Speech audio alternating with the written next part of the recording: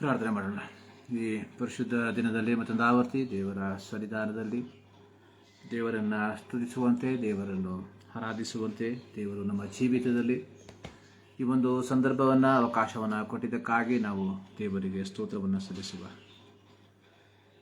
ನಮ್ಮನ್ನು ಬಹಳವಾಗಿ ಪ್ರೀತಿ ಮಾಡುವ ನಮ್ಮ ಪ್ರೀತಿಯ ತಂದೆಯಾದ ದೇವರೇ, ನಿಮ್ಮ ನಾಮಕ್ಕೆ ಸ್ತೋತ್ರ.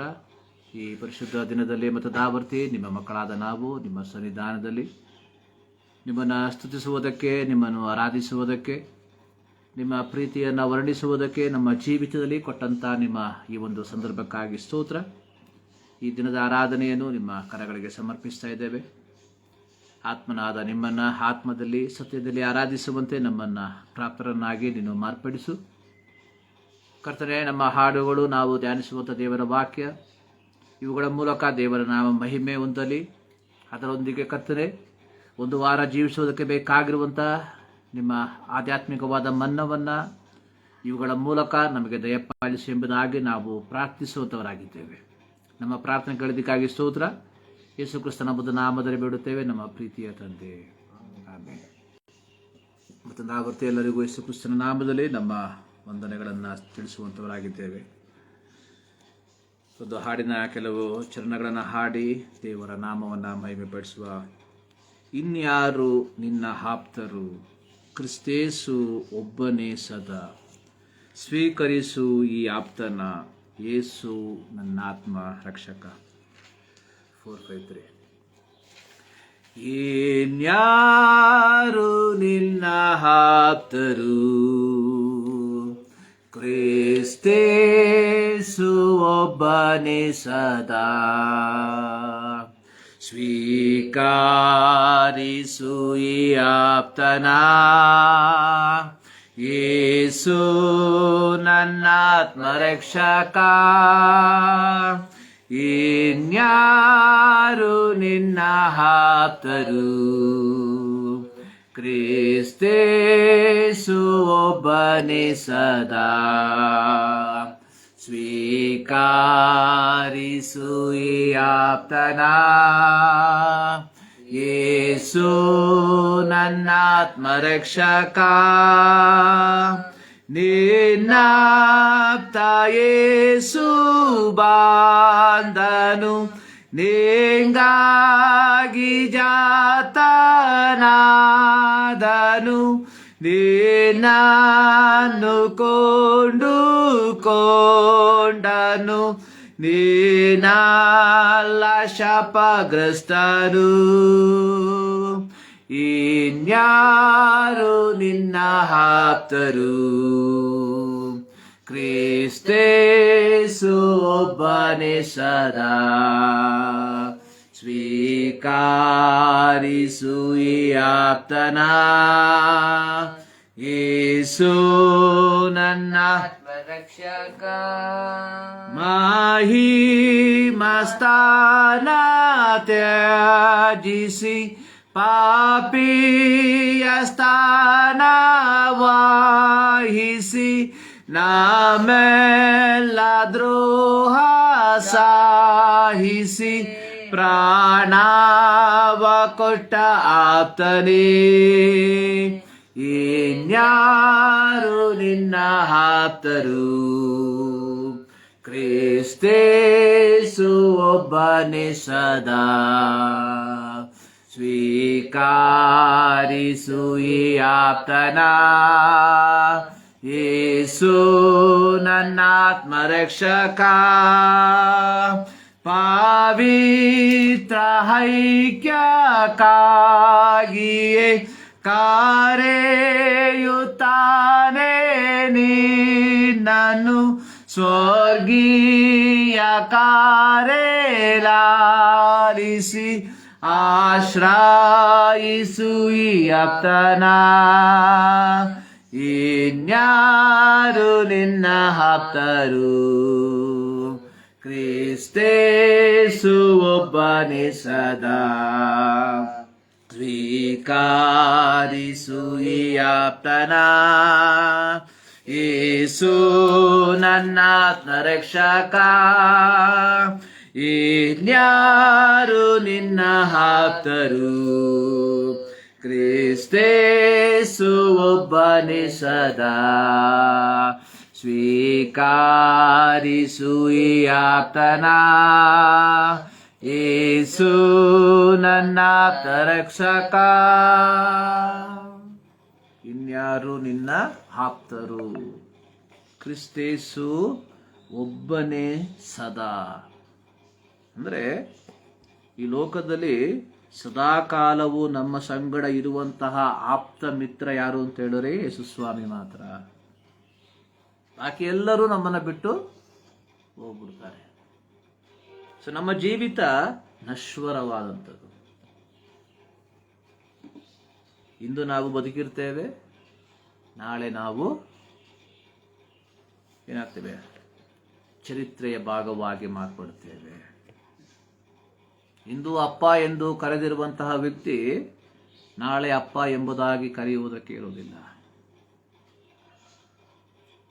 ಆದರೆ ಯೇಸು ಸ್ವಾಮಿ ಆತನು ಪರಲೋಕಕ್ಕೆ ಒಯ್ಯಲ್ಪಡುವುದಕ್ಕಿಂತ ಮುಂಚಿತವಾಗಿ ತನ್ನ ಶಿಷ್ಯರಿಗೆ ಹೇಳಿದಂತಹ ಒಂದು ಮಾತು ಮತ್ತಾಯನ ಬರೆದ ಸುವಾರ್ತೆ 28ನೇ ಅಧ್ಯಾಯದ 19ನೇ ವಾಕ್ಯದಲ್ಲಿ ಈ ರೀತಿಯಾಗಿ ಯೇಸು ಸ್ವಾಮಿ ಹೇಳಿದ್ದಾರೆ. ಅಲ್ಲಿ ಬರೆಯಲ್ಪಟ್ಟಿರುವಂಥದ್ದು ಏನು?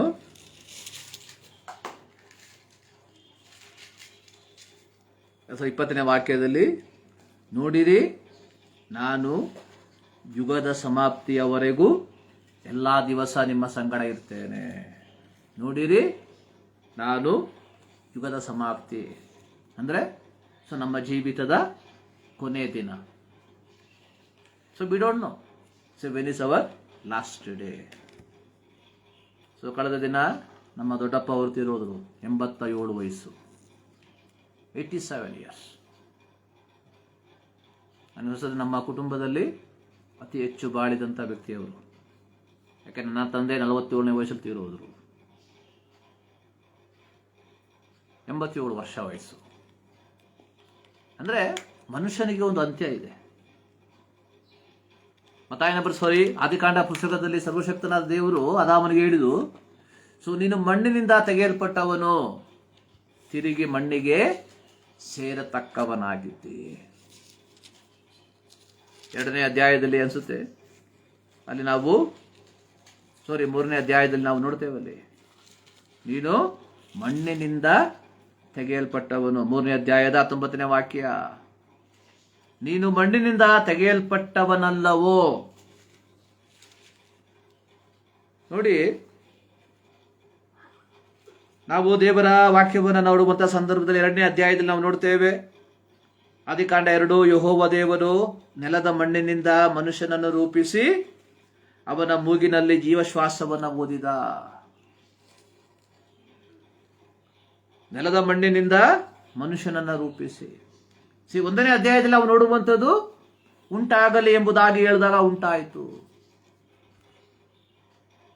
ಸಮುದ್ರದಲ್ಲಿ ನೀರುಗಳಲ್ಲಿ ಮೀನುಗಳು ತುಂಬಿಕೊಳ್ಳಲಿ ಎಂಬುದಾಗಿ ಹೇಳಿದಾಗ ತುಂಬಿಕೊಂಡಿತು. ಆಕಾಶದಲ್ಲಿ ಪಕ್ಷಿಗಳು ತುಂಬಿಕೊಳ್ಳಲಿ ಎಂಬುದಾಗಿ ಹೇಳಿದಾಗ ತುಂಬಿಕೊಂಡಿತು. ಪ್ರತಿಯೊಂದು ಕಾರ್ಯಗಳನ್ನ ಆಕಾಶ ಉಂಟಾಗಲಿ ಎಂಬುದಾಗಿ ಹೇಳಿದಾಗ ಆಕಾಶ ಉಂಟಾಯಿತು. ಸೂರ್ಯ ಚಂದ್ರ ನಕ್ಷತ್ರಗಳು ಉಂಟಾಗಲಿ ಎಂಬುದಾಗಿ ಹೇಳಿದಾಗ ಉಂಟಾಯಿತು.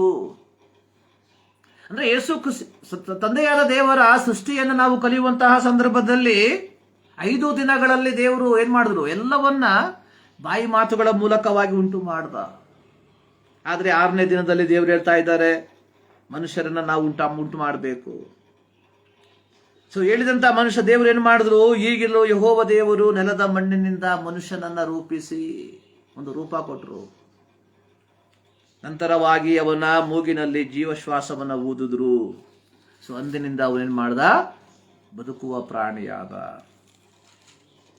ಆದರೆ ಯಾವಾಗ ದೇವರು ತಿನ್ನಬಾರದೆಂದು ಹೇಳಿದ ಮರದ ಹಣ್ಣನ್ನ ತಿಂದು ದೇವರ ಮಾತಿಗೆ ಅವಿಧೇಯರಾಗಿ ಹೋದ್ರು, ಆಗ ದೇವರು ಹೇಳ್ತಾ ಇದ್ದಾರೆ, ನೀನು ಮಣ್ಣಿನಿಂದ ತೆಗೆಯಲ್ಪಟ್ಟವನಲ್ಲವೂ ಪುನಃ ಮಣ್ಣಿಗೆ ಸೇರತಕ್ಕವನಾಗಿದ್ದಿ.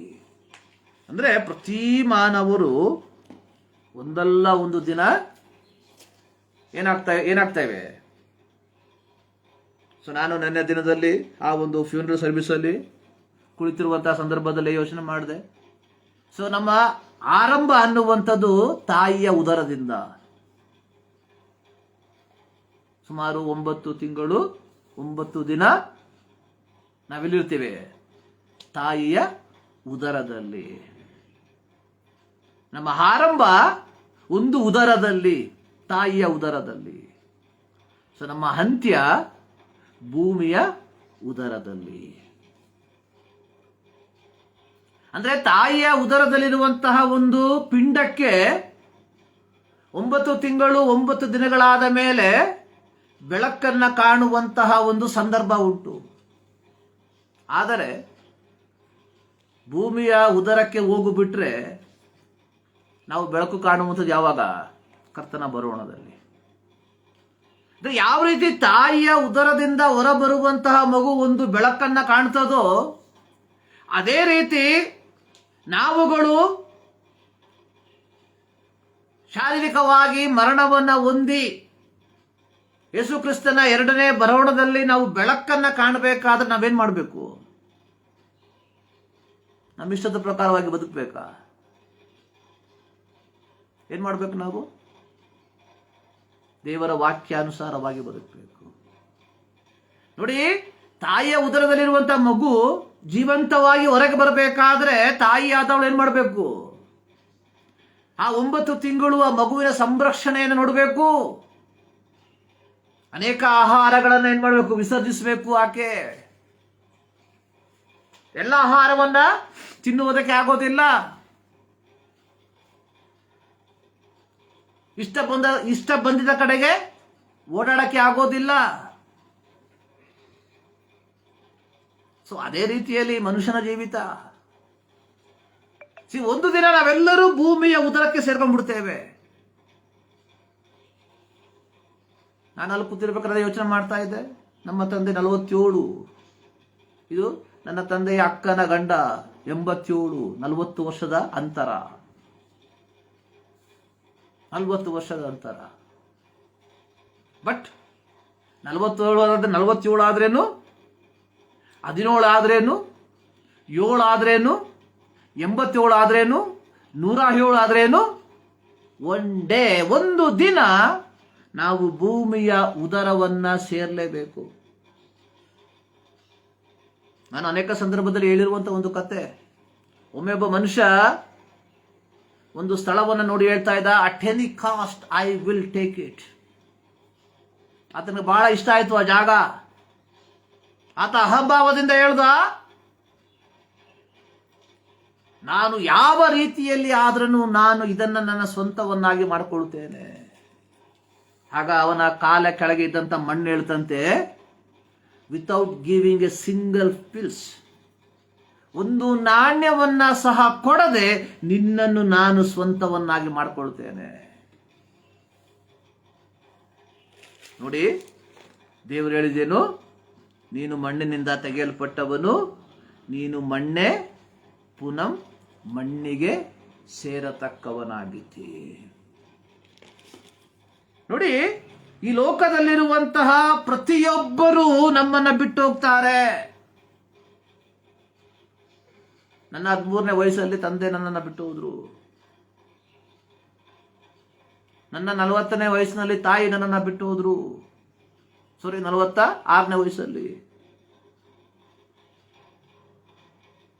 ಪ್ರತಿಯೊಬ್ಬರು ಒಂದಲ್ಲ ಒಂದು ದಿನ. ಆದರೆ ಸದಾಕಾಲವು ನಮ್ಮ ಸಂಗಡ ಇರುವಂತಹ ಒಬ್ಬನೇ ಒಬ್ಬ ಆಪ್ತ ಮಿತ್ರ. ಅದು ಯಾರು? ಯೇಸು ಸ್ವಾಮಿ. ಸೊ ಇಲ್ಲಿ ಹಾಡುಗಾರ ಹೇಳ್ತಾ ಇದ್ದಾನೆ, ಇನ್ಯಾರು ನಿನ್ನ ಆಪ್ತರು? ಕ್ರಿಸ್ತೇಸು ಒಬ್ಬನೇ ಸದಾ. ಸ್ವೀಕರಿಸು ಈ ಆಪ್ತನ, ಯೇಸು ನನ್ನ ಆತ್ಮ ರಕ್ಷಕ. ಸೊ ನನ್ನನ್ನು ಕೇಳುವ ಪ್ರೀತಿಯ ದೇವಜನರೇ, ಪ್ರೀತಿಯ ಕ್ರೈಸ್ತರೇ,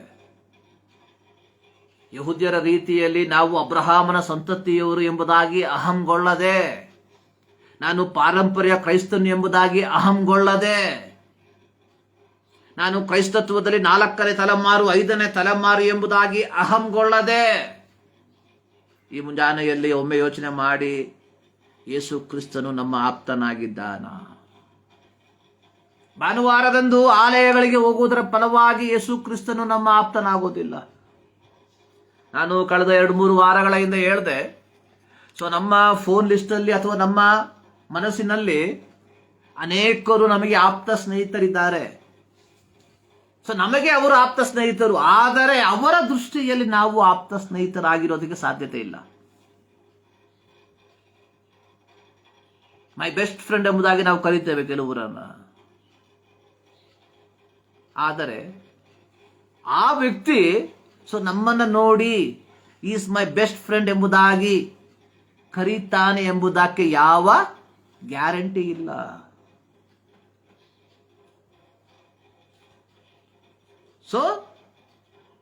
ಸೊ ನಮ್ಮನ್ನ ಆಪ್ತ ಸ್ನೇಹಿತ ಅಂತ ಕರೆಯುವುದಕ್ಕೆ ಲೋಕದಲ್ಲಿ ಒಬ್ಬನೇ ಒಬ್ಬ ವ್ಯಕ್ತಿ ಇದ್ರೆ ಅದು ಯಾರಾಗಿದ್ದಾರೆ? ನಮ್ಮ ದೇವರು ಮಾತ್ರ. ನಾಟ್ ಇವನ್ ದೋ ಅವರ್ ಪೇರೆಂಟ್ಸ್, ನಾಟ್ ಇವನ್ ದೋ ಅವರ್ ಚಿಲ್ಡ್ರನ್ಸ್, ನಾಟ್ ಇವನ್ ದೋ ಅವರ್ ರಿಲೇಟಿವ್ಸ್, ನಾಟ್ ಇವನ್ ದೋ ಅವರ್ ಫ್ರೆಂಡ್ಸ್. ಸೊ ಇವರು ಯಾರು ನಮ್ಮ ಆಪ್ತರಲ್ಲ, ಯಾರು ಯಾರಿಗೂ ಆಪ್ತರಲ್ಲ. ಆದರೆ ಆಪ್ತನಾಗಿರುವಂತಹ ಏಕೈಕ ವ್ಯಕ್ತಿ ಯಾರು? ಯೇಸು ಸ್ವಾಮಿ ಮಾತ್ರ. ಸೊ ಈ ಮುಂಜಾನೆಯಲ್ಲಿ ಪ್ರೀತಿಯ ದೇವಜನರೇ, ಈ ಯೇಸು ಕ್ರಿಸ್ತನನ್ನ ನಿಮ್ಮ ಆಪ್ತ ಸ್ನೇಹಿತನಾಗಿ, ಆಪ್ತ ಸ್ನೇಹಿತನ ಸ್ಥಾನಮಾನವನ್ನ ನೀವು ಕೊಡುವಂತವರಾಗಿದ್ದೀರಾ. ಸೊ ಈ ಆಪ್ತ ಸ್ನೇಹಿತ ಅಂತ ಹೇಳಿದ್ರೆ ಏನ್ ಮಾಡ್ತೀರಾ ನೀವು? So we will do anything for them. So we will extend our hand. ನಮ್ಮ ಸಹಾಯದ ಹಸ್ತವನ್ನ ಎಲ್ಲಿ ತನಕ ಚಾಚುತ್ತೇವೆ ಅಂತ ಹೇಳಿ ಅಲ್ಲಿ ತನಕ ನಾವು ಚಾಚುತ್ತೇವೆ. Because he is my best friend.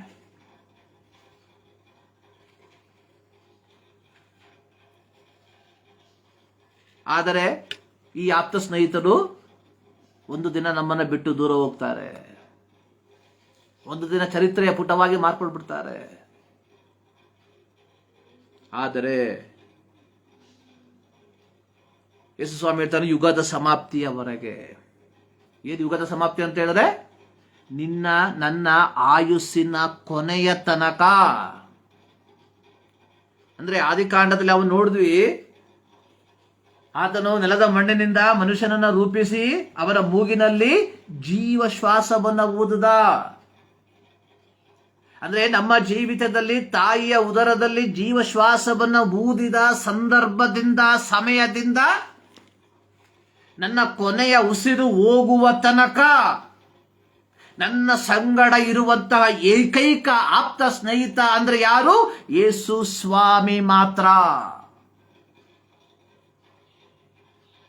ತಂದೆ ತಾಯಿಗಳು ನಮ್ಮನ್ನ ಬಿಟ್ಟು ಹೋಗಿದ್ದಾರೆ, ಗಂಡ ಹೆಂಡತಿ ನಮ್ಮನ್ನ ಬಿಟ್ಟು ಹೋಗಿದ್ದಾರೆ, ಮಕ್ಕಳು ನಮ್ಮನ್ನ ಬಿಟ್ಟು ಹೋಗಿದ್ದಾರೆ,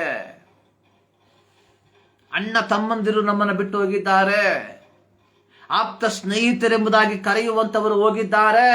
ಆದರೆ ಬಿಡದೆ ಸದಾ ಕಾಲವು ನಮ್ಮ ಸಂಗಡ ಸಂಚಾರ ಮಾಡಿರುವಂತಹ ಏಕೈಕ ವ್ಯಕ್ತಿ ಯಾರು? ಯೇಸು ಸ್ವಾಮಿ.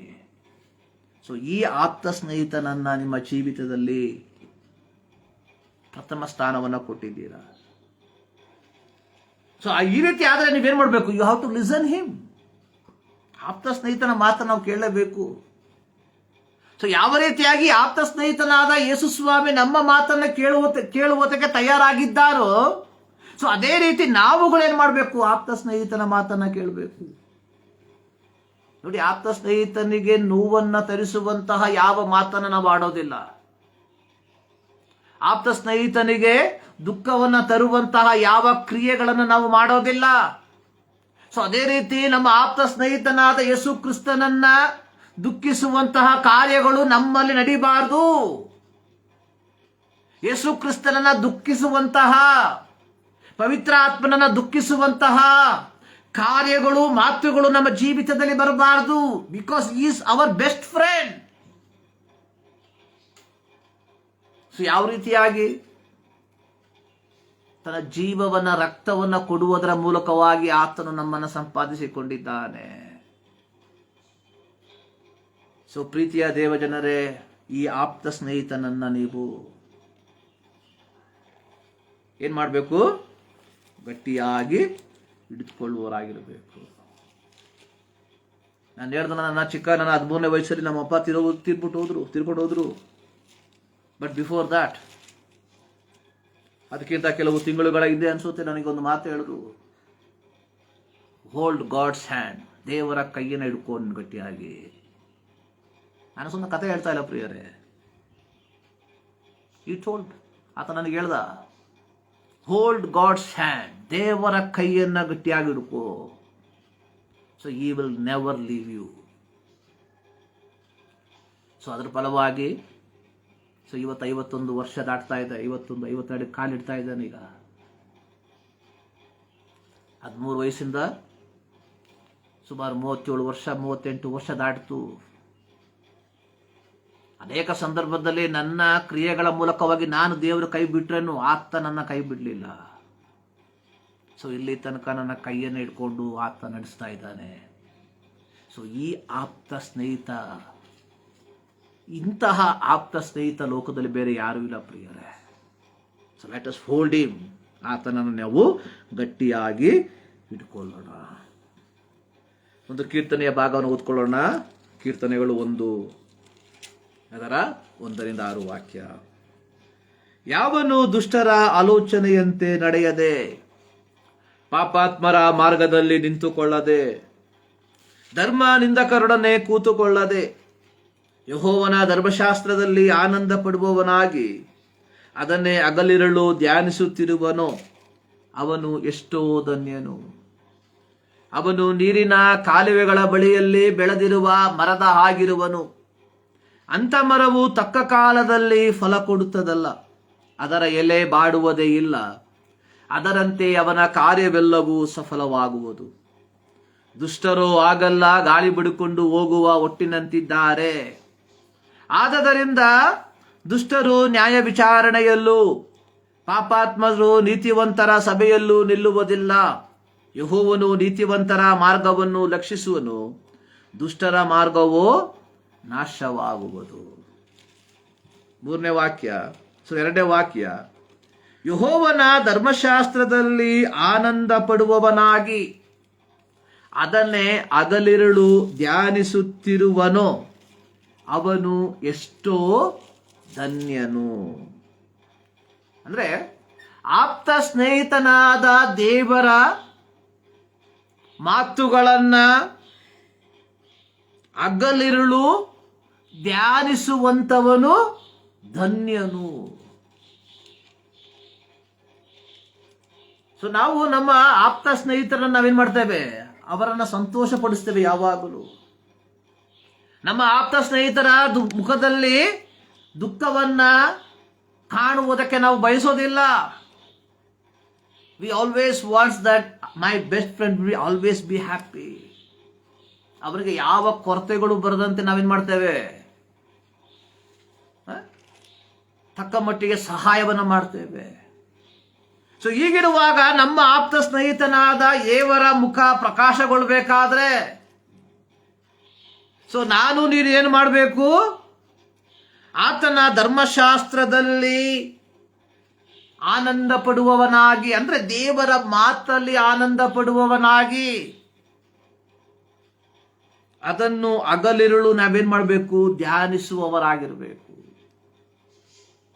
ಸೊ ನನ್ನನ್ನು ಕೇಳುವ ಪ್ರೀತಿಯ ದೇವ ಜನರೇ, ಇವತ್ತು ಪ್ರತ್ಯೇಕವಾಗಿ ನಾವು ಧ್ಯಾನ ಮಾಡುವಂತಹ ಶೀರ್ಷಿಕೆ ಎನ್ನುವಂಥದ್ದು to make the church a learning community. ಸಭೆಯನ್ನು ಕಲಿಯುವ ಒಂದು ಸಮುದಾಯವನ್ನಾಗಿ ಮಾರ್ಪಡಿಸುವುದು. ಸಭೆ ಕಲಿಯುವಂಥದ್ದು ಅಂದ್ರೆ ಇಲ್ಲಿ ಕೀರ್ತನಗಾರನು ಹೇಳುವಂಥದ್ದು, ಯಾವನು ಯೆಹೋವನ ಧರ್ಮಶಾಸ್ತ್ರದಲ್ಲಿ ಆನಂದ ಪಡುತ್ತಾನೆ. ಯೆಹೋವನ ಧರ್ಮಶಾಸ್ತ್ರದಲ್ಲಿ ಆನಂದ ಪಡಬೇಕಾದ್ರೆ ನಾವೇನ್ ಮಾಡಬೇಕು, ಯೆಹೋವನ ಧರ್ಮಶಾಸ್ತ್ರವನ್ನು ನಾವು ಕಲಿಬೇಕು. ಧರ್ಮೋಪದೇಶ ಕಾಂಡ 6ನೇ ಅಧ್ಯಾಯದಲ್ಲಿ ನಾವು ಕಾಣುವಂಥದ್ದು, ಸರ್ವಶಕ್ತನಾದ ದೇವರು ಮೋಶೆಯ ಮೂಲಕವಾಗಿ ಕೊಟ್ಟಂತಹ ಒಂದು ನಿಯಮ ಅನ್ನುವಂಥದ್ದು. ಸೊ ನೀವು ಇವುಗಳನ್ನು ನಿಮ್ಮ ಮಕ್ಕಳಿಗೆ ಏನ್ ಮಾಡಬೇಕು, ಕಲಿಸಬೇಕು. ಯಾವುದನ್ನ, ದೇವರ ಧರ್ಮಶಾಸ್ತ್ರವನ್ನು. ಇದು ಸರ್ವಶಕ್ತನಾದ ದೇವರು ಇಸ್ರಾಯೇಲಿಯರಿಗೆ ಇಸ್ರಾಯೇಲಿಯರ ಪ್ರತಿಯೊಂದು ಪೋಷಕರಿಗೆ, ತಂದೆಯರಿಗೆ ಕೊಟ್ಟಂತಹ ಜವಾಬ್ದಾರಿ ಎನ್ನುವಂಥದ್ದು, ನೀವು ಇವುಗಳನ್ನು ನಿಮ್ಮ ಮಕ್ಕಳಿಗೆ ಅಭ್ಯಾಸ ಮಾಡಿಸಬೇಕು. ಧರ್ಮೋಪದೇಶ ಕಾಂಡ, ಡಿಟೋರ್ನಮಿ ಚಾಪ್ಟರ್ 6 ವರ್ಸ್ 7. ನೀವುಗಳನ್ನು ನಿಮ್ಮ ಮಕ್ಕಳಿಗೆ ಅಭ್ಯಾಸ ಮಾಡಬೇಕು. 6ನೇ ವಾಕ್ಯದಲ್ಲಿ ಬರೆಯಲ್ಪಟ್ಟಿರುವಂಥದ್ದು, ಮೊದಲು ಇವುಗಳು ನಿಮ್ಮ ಹೃದಯದಲ್ಲಿರಬೇಕು. ಅಂದ್ರೆ ನಾನು ನನ್ನ ಮಕ್ಕಳಿಗೆ ದೇವರ ವಾಕ್ಯವನ್ನ ಕಲಿಸಬೇಕಾದರೆ ಮೊದಲು ದೇವರ ವಾಕ್ಯ ಎಲ್ಲಿರಬೇಕು? ನನ್ನಲ್ಲಿರಬೇಕು. Church as the learning community. So ಇವತ್ತು ಸಭೆ ಅನ್ನುವಂಥದ್ದು ಒಂದು ಸೂಪರ್ ನ್ಯಾಚುರಲ್ ಇವೆಂಟ್ ಆಗಿ ಮಾರ್ಪಟ್ಟಿದೆ. ಇವತ್ತು ಸಭೆ ಅನ್ನುವಂಥದ್ದು ಒಂದು ಮಾಯಾಜಾಲದ ಕೋಟೆಯಾಗಿ ಮಾರ್ಪಟ್ಟಿದೆ. ಇವತ್ತು ಜನ ಸಭೆಗೆ ಬರ್ತಾ ಇರುವುದು, ನಾನು ಕ್ರೈಸ್ತ ಸಭೆಯ ಕುರಿತಾಗಿ ಹೇಳ್ತಾ ಇದ್ದೇನೆ, ಇವತ್ತು ಜನ ಸಭೆಗೆ ಬರ್ತಾ ಇರುವಂಥದ್ದು ದೇವರ ವಾಕ್ಯವನ್ನು ಕಲಿಯುವುದಕ್ಕೋಸ್ಕರವಾಗಿ ಅಲ್ಲ, ಬದಲಿಗೆ ಏನಾದ್ರೂ ಬಿಟ್ಟಿಯಾಗಿ ಏನಾದ್ರೂ ಆಶೀರ್ವಾದ ಸಿಕ್ಕುತ್ತಾ ಎಂಬುದಾಗಿ ಬರ್ತಾ ಇದ್ದಾರೆ. ₹1 ಕೊಟ್ರೆ 10 ರೂಪಾಯಿ ಸಿಕ್ಕುತ್ತೆ, 10 ರೂಪಾಯಿ ಕೊಟ್ರೆ 100 ರೂಪಾಯಿ ಸಿಕ್ಕುತ್ತೆ. ಅದನ್ನೇ ನಾವು ಬೋಧನೆ ಮಾಡ್ತಾ ಇರೋದು. ಸೊ ನಮ್ಮ ಬೋಧನೆ ಇವತ್ತು ಅದಾಗಿದೆ. ಆದ್ರೆ ಇಲ್ಲಿ ಹೇಳ್ತಾ ಇದೆ, church as the learning community. ಏನನ್ನ ಲರ್ನ್ ಮಾಡಬೇಕು, ಏನನ್ನ ಕಲಿಬೇಕು? 1 ಕೊಟ್ಟು 10 ಇಸ್ಕೊಳ್ಳೋದು ಕಲಿಬೇಕಾಗಿಲ್ಲ, ಕಲಿಯೋದಲ್ಲ. ಅದು ಅತಿ ಆಸೆ. ದೇವರಿಗೆ 1 ರೂಪಾಯಿ ಕೊಟ್ಬಿಟ್ರೆ ದೇವ್ರು ನಮಗೆ 10 ರೂಪಾಯಿ ಕೊಡ್ತಾನೆ. ಏನು ಅಯ್ಯಪ್ಪನ ಬಡ್ಡಿ ವ್ಯಾಪಾರ ಮಾಡ್ತಾನೆ ಕುತ್ಕೊಂಡಲ್ಲಿ? ಬಡ್ಡಿ ವ್ಯಾಪಾರ ಮಾಡಿದ್ರೆ ಅಷ್ಟು ಕೊಡಲ್ಲ. ನಾವು ಹೇಳ್ತೀವಿ 1 ಕೊಡಿ, ನಿಮ್ಗೆ 10 ಕೊಡ್ತಾರೆ. ಸೊ ಇದೆಲ್ಲ ಕಲಿಸ್ಬೇಕಾಗಿರುವಂಥದ್ದು. ಇಲ್ಲಿ ನೋಡಿ, ಇಲ್ಲಿ ಸತ್ಯ ಸ್ಪಷ್ಟವಾಗಿ ಬರೆಯಲ್ಪಟ್ಟಿದೆ 4ನೇ ವಾಕ್ಯದಲ್ಲಿ, ಡಿಟೋರಮಿ 6:4. ಇಸ್ರಾಯೇಲರೇ ಕೇಳಿರಿ, ನಮ್ಮ ದೇವರಾದ ಯೆಹೋವನು ಒಬ್ಬನೇ ದೇವರು. ನೀವು ನಿಮ್ಮ ದೇವರಾದ ಯೆಹೋವನನ್ನು ಪೂರ್ಣ ಹೃದಯದಿಂದಲೂ, ಪೂರ್ಣ ಪ್ರಾಣದಿಂದಲೂ, ಪೂರ್ಣ ಶಕ್ತಿಯಿಂದಲೂ ಪ್ರೀತಿಸಬೇಕು. ಈ ಮಾತುಗಳು ನಿಮ್ಮ ಹೃದಯದಲ್ಲಿರಬೇಕು. ನಾವು ನಮ್ಮ ಮಕ್ಕಳಿಗೆ ಏನು ಕಲಿಸಬೇಕು? ಮಕ್ಕಳೇ, ನೀವು ನಿಮ್ಮ ದೇವರಾದ ಯೆಹೋವನನ್ನ ಪೂರ್ಣ ಹೃದಯದಿಂದ, ಪೂರ್ಣ ಪ್ರಾಣದಿಂದ, ಪೂರ್ಣ ಶಕ್ತಿಯಿಂದ ಏನ್ ಮಾಡಬೇಕು ಅಂತೆ? ಪ್ರೀತಿಸಬೇಕು. Love your god. ನಾವೇನು ಕಲ್ಸ್ಕೊಡ್ತೇವೆ? ಮಕ್ಕಳ ದೇವರ ಜೋರಾಗಿ ಕಣ್ಣು ಮುಚ್ಚಿ ಜೋರಾಗಿ ಕೈ ತಟ್ಟಿ ಆರಾಧನೆ ಮಾಡ್ರಿ, ನಿಮಗೆ 100 ರೂಪಾಯಿ ಸಿಕ್ಕುತ್ತೆ. ಇಲ್ಲಿ ಬರೆದಿರುವುದು ಪ್ರೀತಿಸಬೇಕು. Love your god. ಸೊ ನೀನು ನಾನು ನನ್ನ ಮಕ್ಕಳಿಗೆ ಕಲಿಸಬೇಕಾಗಿರುವಂಥದ್ದು ಲವ್ ಗಾಡ್. ದೇವರನ್ನ ಪ್ರೀತಿ ಮಾಡ್ರಿ. ಸೊ ದೇವರನ್ನ ಪ್ರೀತಿ ಮಾಡ್ರೆ ನಾವೇನ್ ಮಾಡ್ತೀವಿ? ಏನ್ ಮಾಡ್ತೇವೆ? ಯೇಸು ಸ್ವಾಮಿ ಹೇಳಿರುವಂತ ಮಾತು, ಇಫ್ ಯು ಲವ್ ಮೀ, ನೀವು ನನ್ನನ್ನು ಪ್ರೀತಿಸುವುದಾದರೆ ನನ್ನ ಆಜ್ಞೆಗಳನ್ನ ಕೈಕೊಂಡು ನಡೀತೀರಾ. You will obey my command. ಯಾಕೆ ನಾವು ದೇವರ ಆಜ್ಞೆಗಳನ್ನು ಕೈಕೊಳ್ತಾ ಇಲ್ಲ? We are not loving God. We are not loving God. ನಾನು ಅದಕ್ಕೆ ಹೇಳ್ದಲ್ಲ, ಆಪ್ತ ಮಿತ್ರ ಯಾರು? ಯೇಸು ಸ್ವಾಮಿ. ಸೊ ಈ ಆಪ್ತ ಮಿತ್ರನ ಆಜ್ಞೆಗಳನ್ನು ನಾವು ಕೈಕೊಳ್ತಾ ಇಲ್ಲ. ಯಾಕೆ? ನಮಗೆ ಈ ಆಪ್ತ ಮಿತ್ರನಿಂದ ನಮಗೇನು ಲಾಭ ಇಲ್ಲ.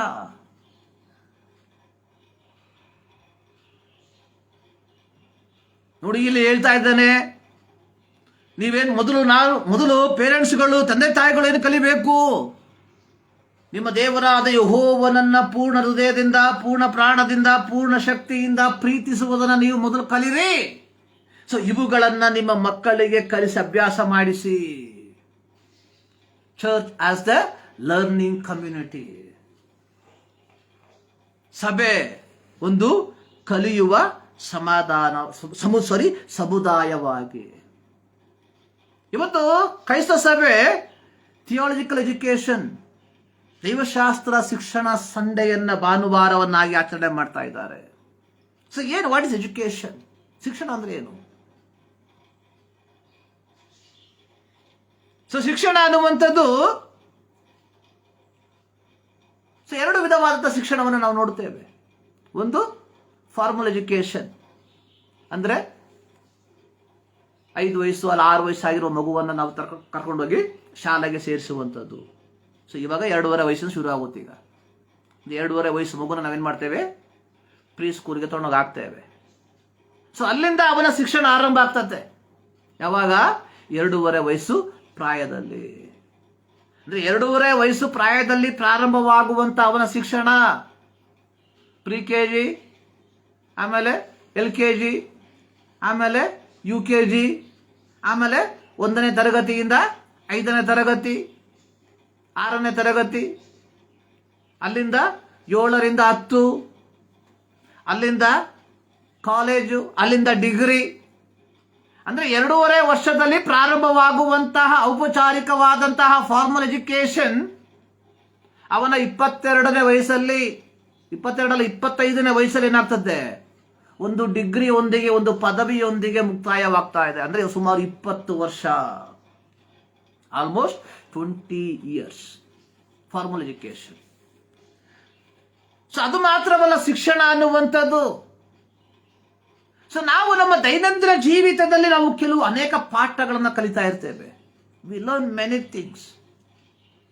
ಸೊ ಶಿಕ್ಷಣಕ್ಕೆ ಅದಕ್ಕೆ ಏನಿಲ್ಲ, ಒಂದು ಅಂತ್ಯ ಇಲ್ಲ. ಒಂದು ಮಗು ಜನಿಸಿದ ಸಂದರ್ಭದಿಂದ ನಾನು ಪ್ರಾರಂಭದಲ್ಲಿ ಹೇಳಿದ ರೀತಿಯಲ್ಲಿ ಮಣ್ಣಿಗೆ ಹೋಗುವ ತನಕ ಅವನ ಅಧ್ಯಯನ ಅಥವಾ ಶಿಕ್ಷಣ ಏನು ಮಾಡ್ತಾ ಇರ್ತದೆ, ಕಂಟಿನ್ಯೂ ಆಗ್ತಾ ಇರ್ತದೆ. ಪ್ರಾರಂಭದ 20 ವರ್ಷ ನಾವು ಕಲಿಯುವಂಥದ್ದು ಒಂದು ಫಾರ್ಮಲ್ ಎಜುಕೇಶನ್ ಆದರೆ, ತದನಂತರವಾಗಿ ನಾವು ಕಲಿಯುವಂಥದ್ದು ಅಥವಾ ಇದರೊಂದಿಗೆ ನಾವು ಕಲಿಯುವಂಥದ್ದು ಇನ್ಫಾರ್ಮಲ್ ಎಜುಕೇಶನ್, ಶಿಕ್ಷಣ. ಎಲ್ಲವೂ ಕಲಿಕೆಯಾಗಿರ್ತದೆ. ಸೊ ಕಲಿಕೆ ಅನ್ನುವಂಥದ್ದು, ಕಲಿಕೆಗೆ ಏನಿಲ್ಲ, there is no age bar, ಅದಕ್ಕೆ ಪ್ರಾಯದ ವ್ಯತ್ಯಾಸವಿಲ್ಲ. ಸೊ ಪ್ರತಿಯೊಬ್ಬರು ಒಂದಲ್ಲ ಒಂದು ವಿಧದಲ್ಲಿ ಏನ್ ಮಾಡ್ತಾ ಇರ್ತಾರೆ, ತಮ್ಮ ಕಲಿಕೆಯನ್ನ ಮುಂದುವರಿಸಿಕೊಂಡು ಹೋಗ್ತಾ ಇರ್ತಾರೆ. ಆದ್ರೆ ನಾವು ಎಷ್ಟು ಜನ ಕಲಿತಾ ಇದ್ದೀವಿ ಅನ್ನೋದಕ್ಕೆ ನಮಗೆ ಗೊತ್ತಿಲ್ಲ. C most of the people we are not learning anything from anyone, from anybody. ಅಂದ್ರೆ ಶಿಕ್ಷಣ ಅನ್ನುವಂಥದ್ದು ಅಂದ್ರೆ ಸಾಮಾನ್ಯ ಜ್ಞಾನ ಇರುವಂತಹ ವ್ಯಕ್ತಿ ಪ್ರತಿದಿನ ದಿನಂಪ್ರತಿ ಏನ್ ಮಾಡ್ತಾ ಇರ್ತಾನೆ, ಒಂದಲ್ಲ ಒಂದು ವಿಚಾರಗಳನ್ನ ಕಲಿತಾ ಇರ್ತಾನೆ. ಆದರೆ ಈ ಕತ್ತೆಗಳಿಗೆ, ನಾಯಿಗಳಿಗೆ, ಹಂದಿಗಳಿಗೆ ಕಲಿಯುವಂತ ಅವಶ್ಯಕತೆ ಇಲ್ಲ. ಅದಕ್ಕೆ ತಿನ್ಬೇಕು, ಮಲಗಬೇಕು, ಅಷ್ಟೇ ಮುಗಿಯಿತು. ಅಂದ್ರೆ ಬುದ್ಧಿಯನ್ನ, ಜ್ಞಾನವನ್ನ ಕೊಟ್ಟಿರುವಂತಹ ಪ್ರತಿಯೊಬ್ಬ ವ್ಯಕ್ತಿ ಏನ್ ಮಾಡಬೇಕು, ಏನಾದ್ರೂ ಜೀವಿತದಲ್ಲಿ ಏನ್ ಮಾಡ್ತಾ ಇರ್ತಾನೆ, ಕಲಿತಾ ಇರ್ತಾನೆ. ಇದು ಒಂದು ಫಾರ್ಮಲ್. ಸೊ ಹೀಗಿರುವಾಗ ವಾಟ್ ಈಸ್ ಥಿಯಾಲಜಿಕಲ್ ಎಜುಕೇಶನ್, ದೈವಶಾಸ್ತ್ರ ಶಿಕ್ಷಣ ಅಂದ್ರೆ ಏನು? ಸೊ ದೈವಶಾಸ್ತ್ರ ಶಿಕ್ಷಣವನ್ನ ನಾವು ಈ ರೀತಿಯಾಗಿ ನಾವು ವಿಂಗಡಿಸಬಹುದು. It is A religious doctrine, ಧಾರ್ಮಿಕ ಸಿದ್ಧಾಂತಗಳನ್ನ ಕಲಿಯುವಂಥದ್ದು. ಏನು ಧಾರ್ಮಿಕ ಸಿದ್ಧಾಂತಗಳು? ಸಿಸ್ಟಮ್ಯಾಟಿಕ್ ಥಿಯಾಲಜಿ, ಅವುಗಳನ್ನ ನಾವು ಕಲಿಯುವಂಥದ್ದು. ಈ ಸಿಸ್ಟಮ್ಯಾಟಿಕ್ ಥಿಯಾಲಜಿಗಳಲ್ಲಿ ಏನಿದೆ, ವ್ಯವಸ್ಥಿತ ದೈವಶಾಸ್ತ್ರದಲ್ಲಿ ಏನಿದೆ, study about Bible, bibliology, study about Jesus, Christology, study about Holy Spirit, pneumatology, study about angelology, study about humanity, anthropology, study about God, theology proper. ಆಮೇಲೆ study about salvation, soteriology, study about church, ecclesiology. So ಈ ರೀತಿ ಹರ್ಮಟಾಲಜಿ, study about sin, ಪಾಪದ ಕುರಿತಾಗಿ. ಅಂದ್ರೆ ನಮ್ಮ ಜೀವಿತದಲ್ಲಿ ಸುಮಾರು 10 ಬಗೆಯ ಸಿಸ್ಟಮ್ಯಾಟಿಕ್ ಥಿಯಾಲಜಿಯನ್ನು ನಾವೇನ್ ಮಾಡಬೇಕು, ಕಲಿಬೇಕು. ಒಬ್ಬ ಕ್ರೈಸ್ತ. ಸೊ ದೈವ ಶಿಕ್ಷಣ ಅಥವಾ ಥಿಯಾಲಜಿಕಲ್ ಎಜುಕೇಶನ್ ಅನ್ನುವಂಥದ್ದು ಕೇವಲ ಪಾದ್ರಿಗಳಿಗೆ ಮಾತ್ರ ಸೀಮಿತವಾಗಿರುವಂಥದ್ದಲ್ಲ, ಅಥವಾ ಸಭಾ ಪಾಲಕರಿಗೆ ಮಾತ್ರ ಸೀಮಿತವಾಗಿರುವಂಥದ್ದಲ್ಲ. ಪ್ರತಿಯೊಬ್ಬನು ಏನ್ ಮಾಡಬೇಕು, ದೈವಶಾಸ್ತ್ರವನ್ನು ಕಲಿಬೇಕು. ಅಂದ್ರೆ ಒಬ್ಬ ವ್ಯಕ್ತಿಯ ಜೀವಿತದಲ್ಲಿ ಹಾದು ಹೋಗುವಂಥದ್ದು ಎಲ್ಲವೂ ಇದಾಗಿರ್ತದೆ. So we should learn. ಆದರೆ ನಾನು ಹೇಳಿದ್ರಲ್ಲ, ಈ ಒಂದು ದೈವಶಾಸ್ತ್ರ ಶಿಕ್ಷಣ ಅನ್ನುವಂಥದ್ದು ಒಂದು ವಿಶಾಲವಾದ ಸಮುದ್ರವಾಗಿದೆ. ಸೊ ಇವತ್ತು ನಮಗೆ ಎಲ್ಲವನ್ನ ಕಲಿಯುವುದಕ್ಕೆ ಸಾಧ್ಯವಿಲ್ಲ. ಆದರೆ ಇವತ್ತು ನಮಗೆ ಕೊಟ್ಟಿರುವಂತಹ ವೇದ ಪಾರಾಯಣಕ್ಕೆ ಅನುಸಾರವಾಗಿ ಕೆಲವು ವಿಚಾರಗಳನ್ನು ನಾವು ಕಲಿಯುವಂತವರಾಗಿರುವ. ಸೊ ಪ್ರಾರಂಭದಲ್ಲಿ ನಮ್ಮ ಶೀರ್ಷಿಕೆಯಲ್ಲಿ ಕೊಟ್ಟಿರುವಂಥದ್ದು ಸಭೆ ಕಲಿಯುವ ಸಮುದಾಯ. What is church? So we should learn what is church. Church ಅಂದ್ರೆ ಏನು, ಸಭೆ ಅಂದ್ರೆ ಏನು. ಸಭೆ ಎಂಬುದಾಗಿ ಕರೆಯುವಂತಹ ಸಂದರ್ಭದಲ್ಲಿ ಅಥವಾ ಕೇಳಿಸಿಕೊಳ್ಳುವಂತಹ ಸಂದರ್ಭದಲ್ಲಿ ನಮ್ಮ ಮನಸ್ಸಿಗೆ ಬರುವಂತಹ ಒಂದು ಚಿತ್ರಣ ಅಂದ್ರೆ ಏನಾಗಿದೆ, the place where we will worship God, ದೇವರನ್ನ ಆರಾಧಿಸುವಂತಹ ಒಂದು ಸ್ಥಳ.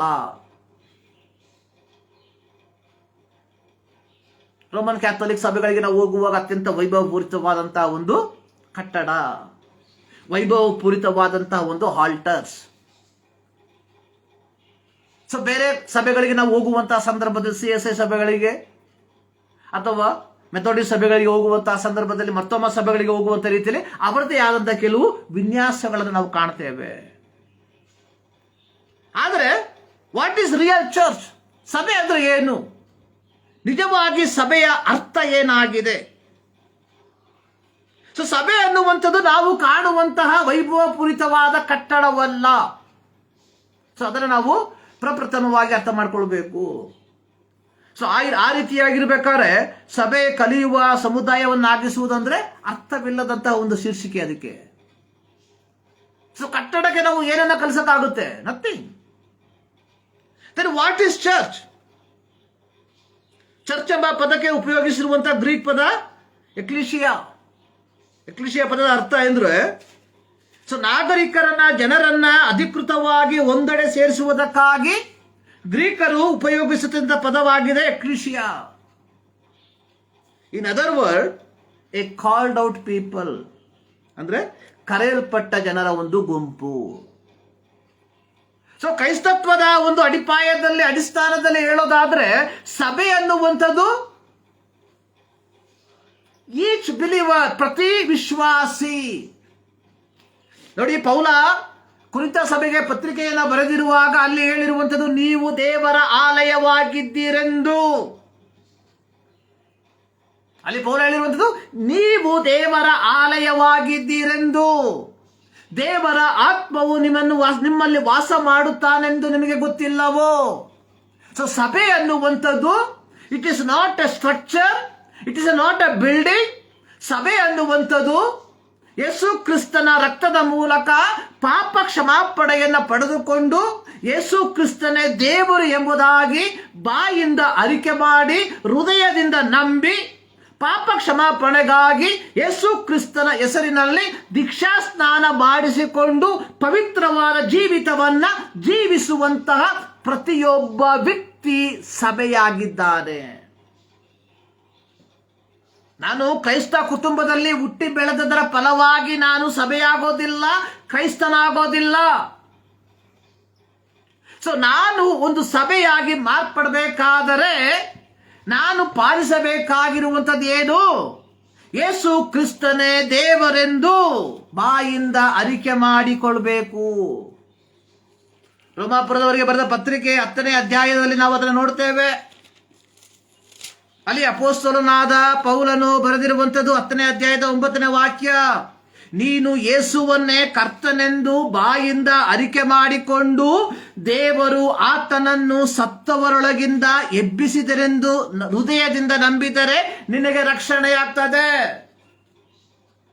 ಅಂತ ಸಭೆ ಅನ್ನುವಂಥದ್ದು ಎ ಕಾಲ್ಡ್ ಔಟ್ ಪೀಪಲ್, ಕರೆದು ಬೇರ್ಪಡಿಸಲ್ಪಟ್ಟಂತವರು.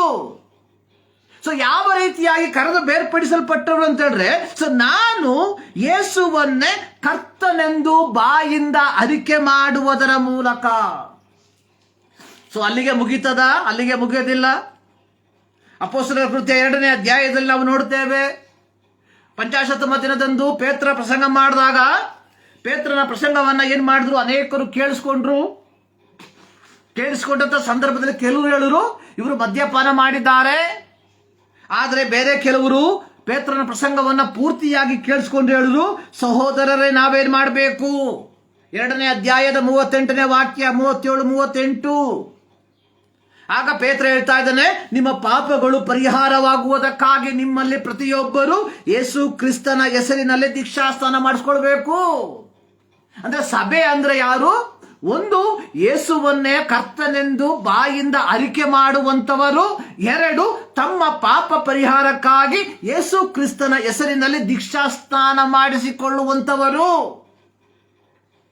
ಅದು ಬಿಟ್ಟು ನಮ್ಮಪ್ಪ ಪಾಸ್ಟ್ರು ನಾನು ಕ್ರೈಸ್ತ ಆಗೋದಕ್ಕೆ ಸಾಧ್ಯತೆನೇ ಇಲ್ಲ, ನಮ್ಮಮ್ಮ ಪ್ರವಾದಿನಿ ಅದರಿಂದ ನಾನು ಕ್ರೈಸ್ತನಾಗೋದಕ್ಕೆ ಸಾಧ್ಯತೆ ಇಲ್ಲ.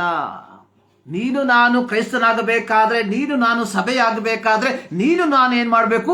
ಯೇಸುವನ್ನ ಕರ್ತನೆಂದು ಬಾಯಿಂದ ಅರಿಕೆ ಮಾಡಿಕೊಂಡು ನಮ್ಮ ಪಾಪಗಳ ಪರಿಹಾರಕ್ಕಾಗಿ ಯೇಸು ಕ್ರಿಸ್ತನ ಹೆಸರಿನಲ್ಲಿ ದೀಕ್ಷಾ ಸ್ನಾನ ಮಾಡಿಸ್ಕೊಳ್ಬೇಕು. ಸೊ ಇವರು ಸಭೆ. ಸೊ ಈ ಸಭೆ ಏನಾಗಿರ್ಬೇಕು? ಒಂದು ಕಲಿಯುವ ಸಮುದಾಯವಾಗಿರಬೇಕು, ಎ ಲರ್ನಿಂಗ್ ಕಮ್ಯುನಿಟಿ. ನಾನು ಹೇಳುದಲ್ಲ, in systematic theology there is a 10 division. Bibliology, Christology ಹೀಗೆ ಬರ್ತದೆ. ಅಂದ್ರೆ ಇವು ನಮ್ಮ ಜೀವಿತದ ಭಾಗವಾಗಿರ್ಬೇಕು ಅಂತ ಹೇಳ್ಬಿಟ್ಟು ನಮ್ಮ ಕೆಲಸ ಬಿಟ್ಬಿಟ್ಟು ಯಾವ್ದಾರ ಬೈಬಲ್ ಕಾಲೇಜಿಗೆ ಕಲಿಯೋದಕ್ಕೆ ಹೋಗ್ಬೇಕು ಎಂಬುದಾಗಿ ಅಲ್ಲ. ಅಂದ್ರೆ ಒಬ್ಬ ವ್ಯಕ್ತಿಯ ರಕ್ಷಣೆಯಲ್ಲಿ ಈ 10 ಸಿದ್ಧಾಂತಗಳು ಏನಾಗಿದೆ? ಒಂದಕ್ಕೊಂದು ಹೊಂದಿಕೆಯಾಗಿರ್ತದೆ. ಈ ಸಿದ್ಧಾಂತಗಳು ಅಥವಾ ಈ ಒಂದು ಥಿಯಾಲಜಿಗಳು ಇಲ್ಲದೆ ಒಬ್ಬ ವ್ಯಕ್ತಿ ರಕ್ಷಣೆ ಹೊಂದೋದಕ್ಕೆ ಸಾಧ್ಯತೆ ಇಲ್ಲ. It's a part of our life. ನಮ್ಮ ಜೀವಿತದ ಏನಾಗಿದೆ? ಭಾಗವಾಗಿದೆ. So we as the church, ಸಭೆಯಾಗಿ ನಾವೇನ್ ಮಾಡಬೇಕು? ನಮ್ಮ ಜೀವಿತದಲ್ಲಿ ದಿನಂಪ್ರತಿ ದೇವರ ವಾಕ್ಯವನ್ನ ಏನ್ ಮಾಡಬೇಕು? ಕಲಿಬೇಕು ಅಷ್ಟೇ, ಬೇರೆ ಏನೂ ಇಲ್ಲ. ನಾವು ಧರ್ಮೋಪದೇಶ ಕಾಂಡ ಪುಸ್ತಕದಲ್ಲಿ ಅದನ್ನೇ ನೋಡಿದ್ವಿ. ನೀವೇನ್ ಮಾಡಬೇಕು? ನಿಮ್ಮ ಮಕ್ಕಳಿಗೆ ಇವುಗಳನ್ನ ಅಭ್ಯಾಸ ಮಾಡಿಸ್ಬೇಕು. ಮನೆಯಲ್ಲಿ ಕೂತಿರುವಾಗ, ಅಂದ್ರೆ ಮನೆಯಲ್ಲಿ ಕೂತಿರ್ಬೇಕಾದ್ರೆ ಪಿಕ್ಚರ್ ಕಥೆಗಳು ಹೇಳೋದಲ್ಲ, ಆಮೇಲೇನು ಬೇರೆ ವಿಚಾರಗಳನ್ನ ಮಾತಾಡೋದಲ್ಲ, ಬದಲಿಗೆ ಇವುಗಳನ್ನ ಮಾತಾಡಬೇಕು. ದಾರಿಯಲ್ಲಿ ನಡೆಯುವಾಗ, ದಾರಿಯಲ್ಲಿ ನಡಿಬೇಕಾ ನಮಗೆ ಒಳ್ಳೆ ಬಿಳಿ ಬಿಳಿ ಒಳ್ಳೊಳ್ಳೆ ಗಿಳಿಗಳು ಕಾಡ್ತಾ ಇರ್ತವೆ ಕಣ್ಣಿಗೆ, ಅದ್ರ ಬಗ್ಗೆ ಮಾತಾಡೋದಲ್ಲ. ಆಮೇಲೇನು ಮಲಗುವಾಗ ಇವುಗಳ ವಿಚಾರವಾಗಿ ಮಾತಾಡ್ತಾ ಇರಬೇಕು. ಸೊ ದೈವಶಾಸ್ತ್ರವನ್ನು ನಾವೇನ್ ಮಾಡಬೇಕು? ದಿನಂಪ್ರತಿ ಪ್ರತಿ ಕ್ಷಣ ಏನ್ ಮಾಡಬೇಕು? ನಾವು ಕಲಿಸುವಂತವರಾಗಿರ್ಬೇಕು. ಒನ್ ಮೋರ್ ಥಿಂಗ್ ಇಸ್, ಶಿಕ್ಷಣಕ್ಕೆ ಇನ್ನೊಂದು ವ್ಯಾಖ್ಯಾನ ಇದೆ. ಶಿಕ್ಷಣ ಅನ್ನುವಂಥದ್ದು ಸೊ ಹೇಳಿ ಕಲಿಸುವುದಕ್ಕಿಂತ ಮಾಡಿ ಕಲಿಸುವಂಥದ್ದು ಶ್ರೇಷ್ಠ ಎಂಬುದಾಗಿ. ಅಂದ್ರೆ ಒಬ್ಬ ಮಗು ನೋಡಿ ಕಲಿಯುವಂಥದ್ದು ಸುಮಾರು 70%, 80% ಅಷ್ಟೇ ಇದೆ ಅನ್ಸುತ್ತೆ ನನಗೆ. ಅದ ಅಕ್ಯುರೇಟ್ ಅದು ರೀಸನ್ ನನಗೆ ಗೊತ್ತಿಲ್ಲ. ಅಂದ್ರೆ ಮಕ್ಕಳು ನೋಡಿ ಕಲಿಯುವಂಥದ್ದು ಹೆಚ್ಚು. ಅಂದ್ರೆ ಒಬ್ಬ ಕ್ರೈಸ್ತನಾದಂತಹ ಪೋಷಕ, ತಂದೆ, ತಾಯಿ ತನ್ನ ಜೀವಿತ ಏನಾಗಿರ್ಬೇಕು? ಯಾವತ್ತಿ ಇರಬೇಕು? ದೇವರ ವಾಕ್ಯಾನುಸಾರವಾಗಿರಬೇಕು. ಸೊ ಇದು ಆಗ ಮಾತ್ರ ಸಭೆ ಒಂದು ಕಲಿಯುವ ಸಮುದಾಯವನ್ನಾಗಿ ಮಾರ್ಪಡಿಸುವುದಕ್ಕೆ ಸಾಧ್ಯ. ಸೊ ಇಲ್ಲದೆ ಹೋದ್ರೆ ಏನಾಗುತ್ತೆ ಅಂತ ಹೇಳಿದ್ರೆ, ಇನ್ನು ಒಂದು ತಲೆಮಾರು, ನಾನು 2 ತಲೆಮಾರು, ಇನ್ನು ಒಂದು ತಲೆಮಾರು. ಸೊ ನನ್ನ ಮುಂದಿರುವಂತ ನನಗೆ 3 ಮಕ್ಕಳಿದ್ದಾರೆ. ಈ ನನ್ನ ಮಕ್ಕಳು I don't think so they will be stand in this faith. ಈ ನಂಬಿಕೆಯಲ್ಲಿ ನಿಲ್ತಾರೆ ಎಂಬುದಾಗಿ ನನಗೆ ಯಾವ ಗ್ಯಾರಂಟಿ ಇಲ್ಲ. ಯಾಕಂದ್ರೆ ಇಂದ ಒಂದು ಏನು ಸಮುದಾಯ ಆ ರೀತಿಯಾಗಿ ಮಾರ್ಪಟ್ಟಿದೆ, ಪರಿಸ್ಥಿತಿ ಆ ರೀತಿಯಾಗಿ ಮಾರ್ಪಟ್ಟಿದೆ. ಯಾಕಂದ್ರೆ you for everything there is a reason. ಅವ್ರಿಗೆ ಎಲ್ಲದಕ್ಕೂ ಒಂದು ಕಾರಣ ಕೊಡ್ಬೇಕೀಗ. ಸೊ ನಾವು ಹಂಗಲ್ಲ. ನಮ್ಮಪ್ಪ ಹೇಳ್ದಾಗ ಕೇಳ್ಬಿಟ್ವಿ, ಕೇಳ್ತಾ ಇದ್ವಿ. We will never ask the question. ಕೆಲವು ವಿಚಾರಗಳಿಗೆ ಪ್ರಶ್ನೆನ ಕೇಳ್ತಾ ಇದ್ದೀವಿ, ಬಟ್ ಕೆಲವು ವಿಚಾರಗಳಿಗೆ ನಾವು ಪ್ರಶ್ನೆನ ಕೇಳ್ತಾ ಇದ್ದಿಲ್ಲ. ಯಾಕಂದ್ರೆ ನಮಗೆ ಗೊತ್ತು what they are doing it's right. So ನಮ್ಮ ತಂದೆ ಸಭೆಗೆ ಹೋಗ್ತಾ ಇದ್ರು, ದೇವರನ್ನ ಆರಾಧನೆ ಮಾಡ್ತಾ ಇದ್ರು, ನಮ್ಮ ತಾಯಿ ಪ್ರಾರ್ಥನೆ ಮಾಡ್ತಾ ಇದ್ರು. So we saw that is right way. ಆದರೆ ಇವತ್ತು ಇದೇ ಕೆಲಸವನ್ನು ನಾವು ಮಾಡ್ತಾ ಇದ್ದೇವೆ, ಬಟ್ ನಮ್ಮ ಮಕ್ಕಳಿಗೆ ಇದು ಸರಿಯಾಗಿ ಕಾಣ್ತಾ ಇಲ್ಲ. So they will ask question, ಕಾರಣ ಏನು? ಸೊ ನೆನ್ನೆ ದಿನದಲ್ಲಿ ನಾನು ಮೊಬೈಲಲ್ಲಿ ಒಂದು ನೋಡ್ಬೇಕಾದ್ರೆ ಒಬ್ಬ ಪೇರೆಂಟ್ಸು ಟೀಚರ್ ಮೇಲೆ ಬ್ಲೇಮ್ ಹಾಕಿದ್ರು. ಮಗ ಏನೋ something you did something wrong. ಮಗ ಒಂದು ಅತ್ಯಂತ ಒಂದು ಕೆಲಸ ಮಾಡ್ಕೊಂಡ್ಬಿಟ್ಟ, ಈ ಸೂಸೈಡ್ ಹಿಮ್ಸೆಲ್ಫ್. ಸೊ ತಂದೆ ತಾಯಿ ಟೀಚರ್ ಮೇಲೆ ಬ್ಲೇಮ್ ಮಾಡ್ತಾ ಇದ್ದಾರೆ, ಬಿಕಾಸ್ ಆಫ್ ಅವರು ಟಾರ್ಚರ್ ಕೊಟ್ಟರು ಎಂಬುದಾಗಿ. ಸೊ ಟೀಚರ್ ಟಾರ್ಚರ್ ಕೊಡೋಕ್ಕಿಂತ ಮುಂಚೆ ತಂದೆ ತಾಯಿಗಳ ನಿಮ್ಮ ಟಾರ್ಚರಿಂಗ್ ಏನಾಗಿತ್ತು ಹೇಳಿ. ಸೊ ಮಗನಿಗೆ ಮಗನದೇ ಆದಂತಹ ಆಸೆ ಆಕಾಂಕ್ಷೆಗಳು ಇರ್ತದೆ. ಅದೆಲ್ಲ ಬಿಟ್ಟು ನೀನು ಡಾಕ್ಟರ್ ಆಗಬೇಕು, ನೀನು ಇಂಜಿನಿಯರ್ ಆಗಬೇಕು, ನೀನು ಇದೇ ಆಗಬೇಕು ಎಂಬುದಾಗಿ ಪ್ರೆಷರ್ ಮಾಡಿ. ಸೊ ನಾವು ಇವುಗಳ ಕುರಿತಾಗಿ ನಾವು ಹೆಚ್ಚಾಗಿ ಏನು ಮಾಡ್ತೇವೆ, ಗಮನ ಕೊಡುತ್ತೇವೆ. ಆ ಹೊರತು ಆಧ್ಯಾತ್ಮಿಕತೆಯ ಕುರಿತಾಗಿ ಹೆಚ್ಚಿನ ಗಮನವನ್ನು ಕೊಡ್ತಾ ಇಲ್ಲ. ನಾವು ಆಧ್ಯಾತ್ಮಿಕತೆಯ ಕುರಿತಾಗಿ ಏನು ಮಾಡಬೇಕು, ಹೆಚ್ಚಿನ ಗಮನವನ್ನು ಕೊಡಬೇಕು ಅಂತ ಹೇಳ್ಬಿಟ್ಟು ಮಕ್ಕಳಿಗೆ ಅವ್ರ ಇಷ್ಟದ ಪ್ರಕಾರ ಬಿಡಕ್ಕೆ ಸಾಧ್ಯತೆ ಇಲ್ಲ. ಸೊ ಇವಾಗ ಐ ಪಿ ಎಲ್ ಬಂದ ಮೇಲೆ ಎಲ್ಲ ಮಕ್ಕಳಿಗೆ ಕ್ರಿಕೆಟರ್ ಆಗಬೇಕು. ಅದರಲ್ಲಿ ಈಗ 1000 ಜನ ಹೋದ್ರೆ ಒಬ್ಬನೇ ಸೆಲೆಕ್ಷನ್ ಆಗೋದು, ಬಾಕಿ 999 ಜನ ಏನು ಮಾಡ್ತಾರೆ, ಸೆಲೆಕ್ಷನ್ ಆಗಲ್ಲ. ಆದರೆ ಈ ಮಕ್ಕಳಿಗೋಸ್ಕರ ತಂದೆ ತಾಯಿಗಳು ತಮ್ಮ ದುಡಿಮೆಯನ್ನೆಲ್ಲ ವ್ಯಯ ಮಾಡಬೇಕಂತೆ. That is not the right way. That is not the right way. So ಕೆಲವು ತೀರ್ಮಾನಗಳನ್ನ ಮಕ್ಕಳು ತೆಗೆದುಕೊಳ್ಬೇಕಾದ್ರೆ ಅದನ್ನು ಸರಿಯಾಗಿ ತಿದ್ದಬೇಕು ತಂದೆ ತಾಯಿಗಳು.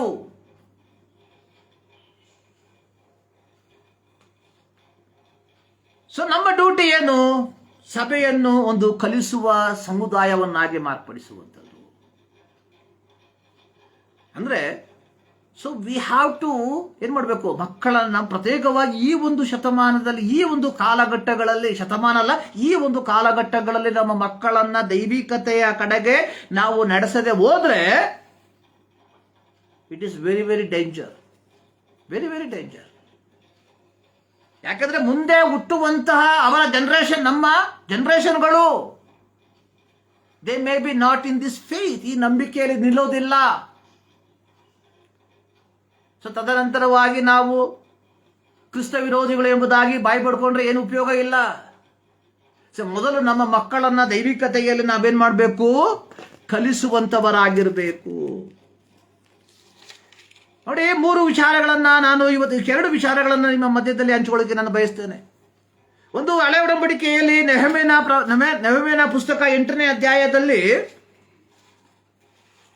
ನೆಹಮ್ಯನ ನಾಯಕತ್ವದಲ್ಲಿ ಇಸ್ರಾಯೇಲಿಯರ ಜೀವಿತದಲ್ಲಿ ನಡೆದಂತಹ ಒಂದು ಮನಪರಿವರ್ತನೆ.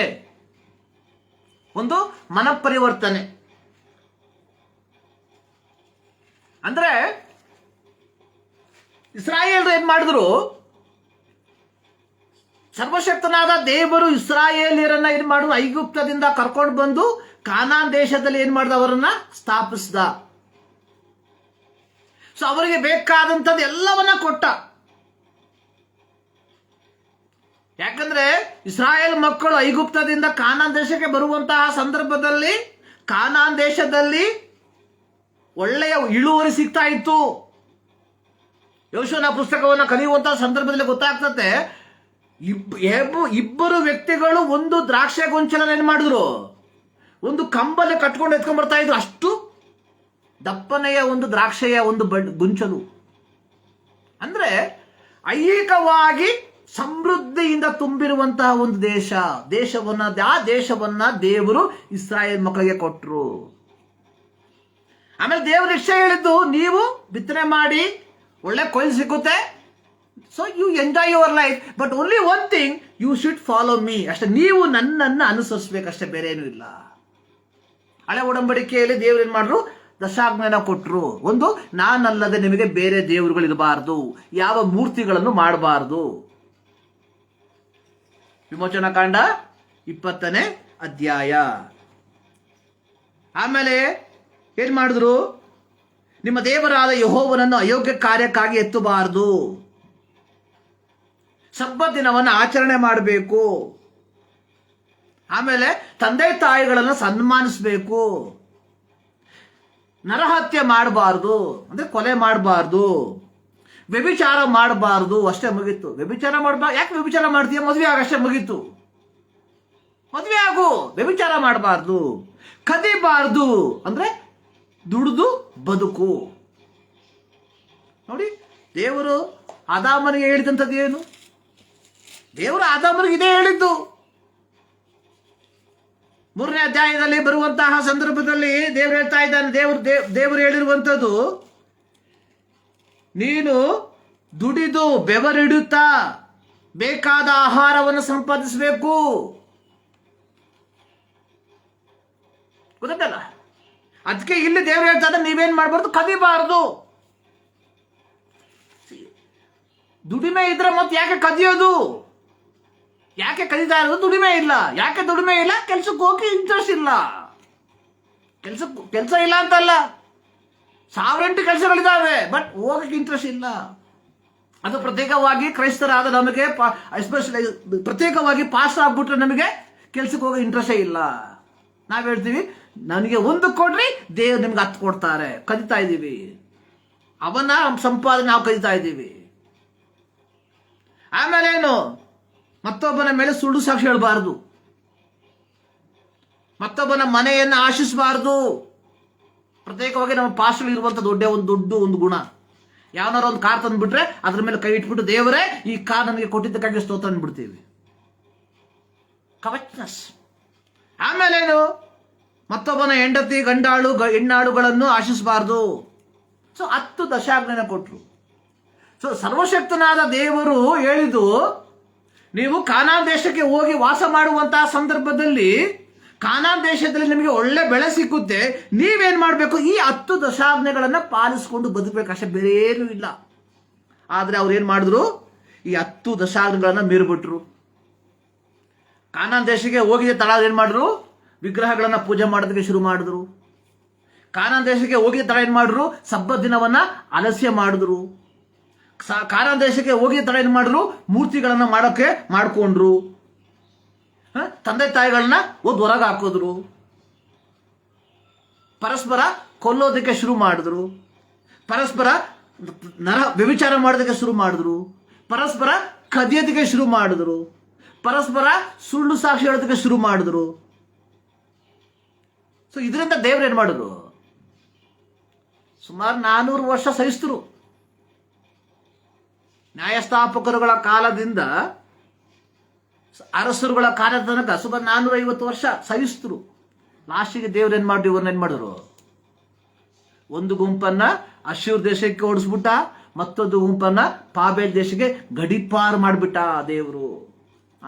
ಧರ್ಮೋಪದೇಶ ಕಾಂಡ ಪುಸ್ತಕ 28ನೇ ಅಧ್ಯಾಯ ಓದ್ ನೋಡಿ, ಅಲ್ಲಿ ಬರೆಯಲ್ಪಟ್ಟಿರೋದು, ನೀವು ಆತನ ಆಜ್ಞೆಗಳನ್ನ ಕೈಕೊಳ್ಳದೆ ಹೋದ್ರೆ ದೇವರು ನಿಮ್ಮನ್ನ ಏನ್ ಮಾಡ್ತಾನೆ? ಗಡಿಪಾರು ಮಾಡ್ತಾನೆ. ಆ ರೀತಿ ಗಡಿಪಾರು ಮಾಡಿಬಿಟ್ರು. ಸುಮಾರು 70 ವರ್ಷ ದಾಟದ ಮೇಲೆ ದೇವರು ಏನ್ ಮಾಡಿದ್ರು? ಇವರನ್ನ ತಿರುಗಿ ವಾಪಸ್ ಕರ್ಕೊಂಡ್ಬಂದ್ರು. ಎಲ್ಲಿಗೆ? ಯೆರೂಸಲೇಮಿಗೆ ಕರ್ಕೊಂಡ್ಬಂದ್ರು. ಸೊ ಕರ್ಕೊಂಡ್ಬಂದಂತಹ ಸಂದರ್ಭದಲ್ಲಿ ನೆಹಮ್ಯನು ಮತ್ತು ಎಜ್ರನು ಏನ್ ಮಾಡಿದ್ರು? ಅವರು ಬಂದ್ರು, ಯೆರೂಸಲೇಮಿನ ಪೌಳಿ ಗೋಡೆನ ಮೊದಲು ಕಟ್ಟಿದ್ರು.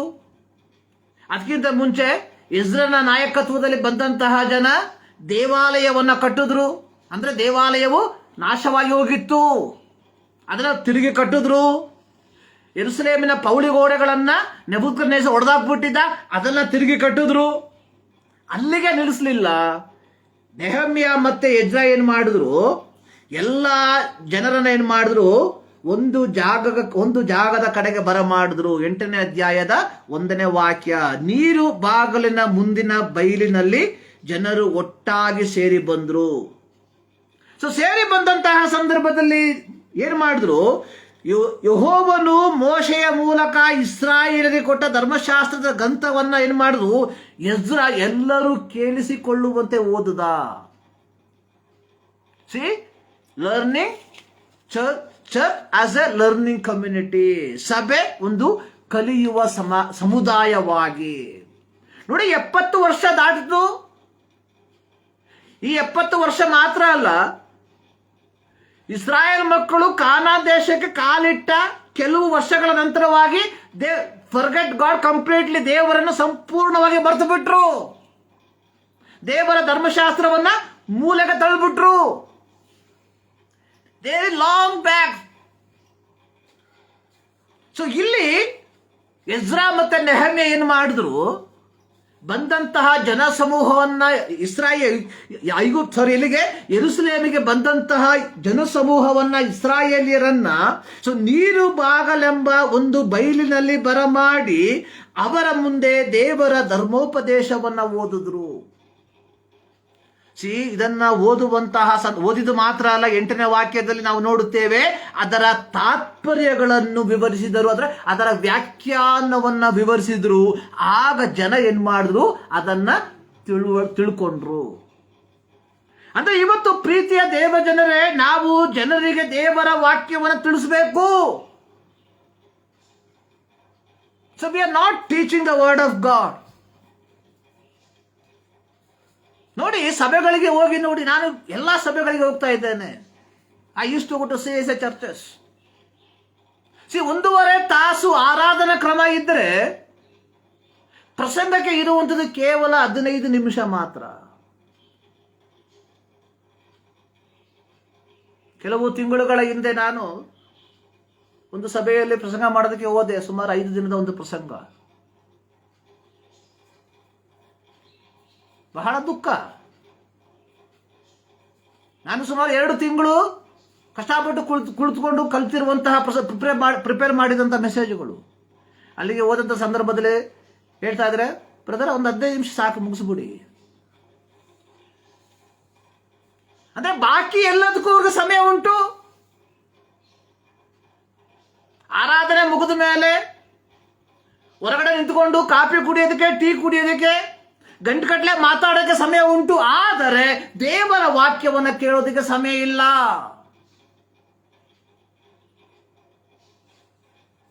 ಇದು ಮೈನ್ ಲೈನ್ ಸಭೆಗಳಲ್ಲಿ ನಡೆಯುವಂತಹ ಕಾರ್ಯ.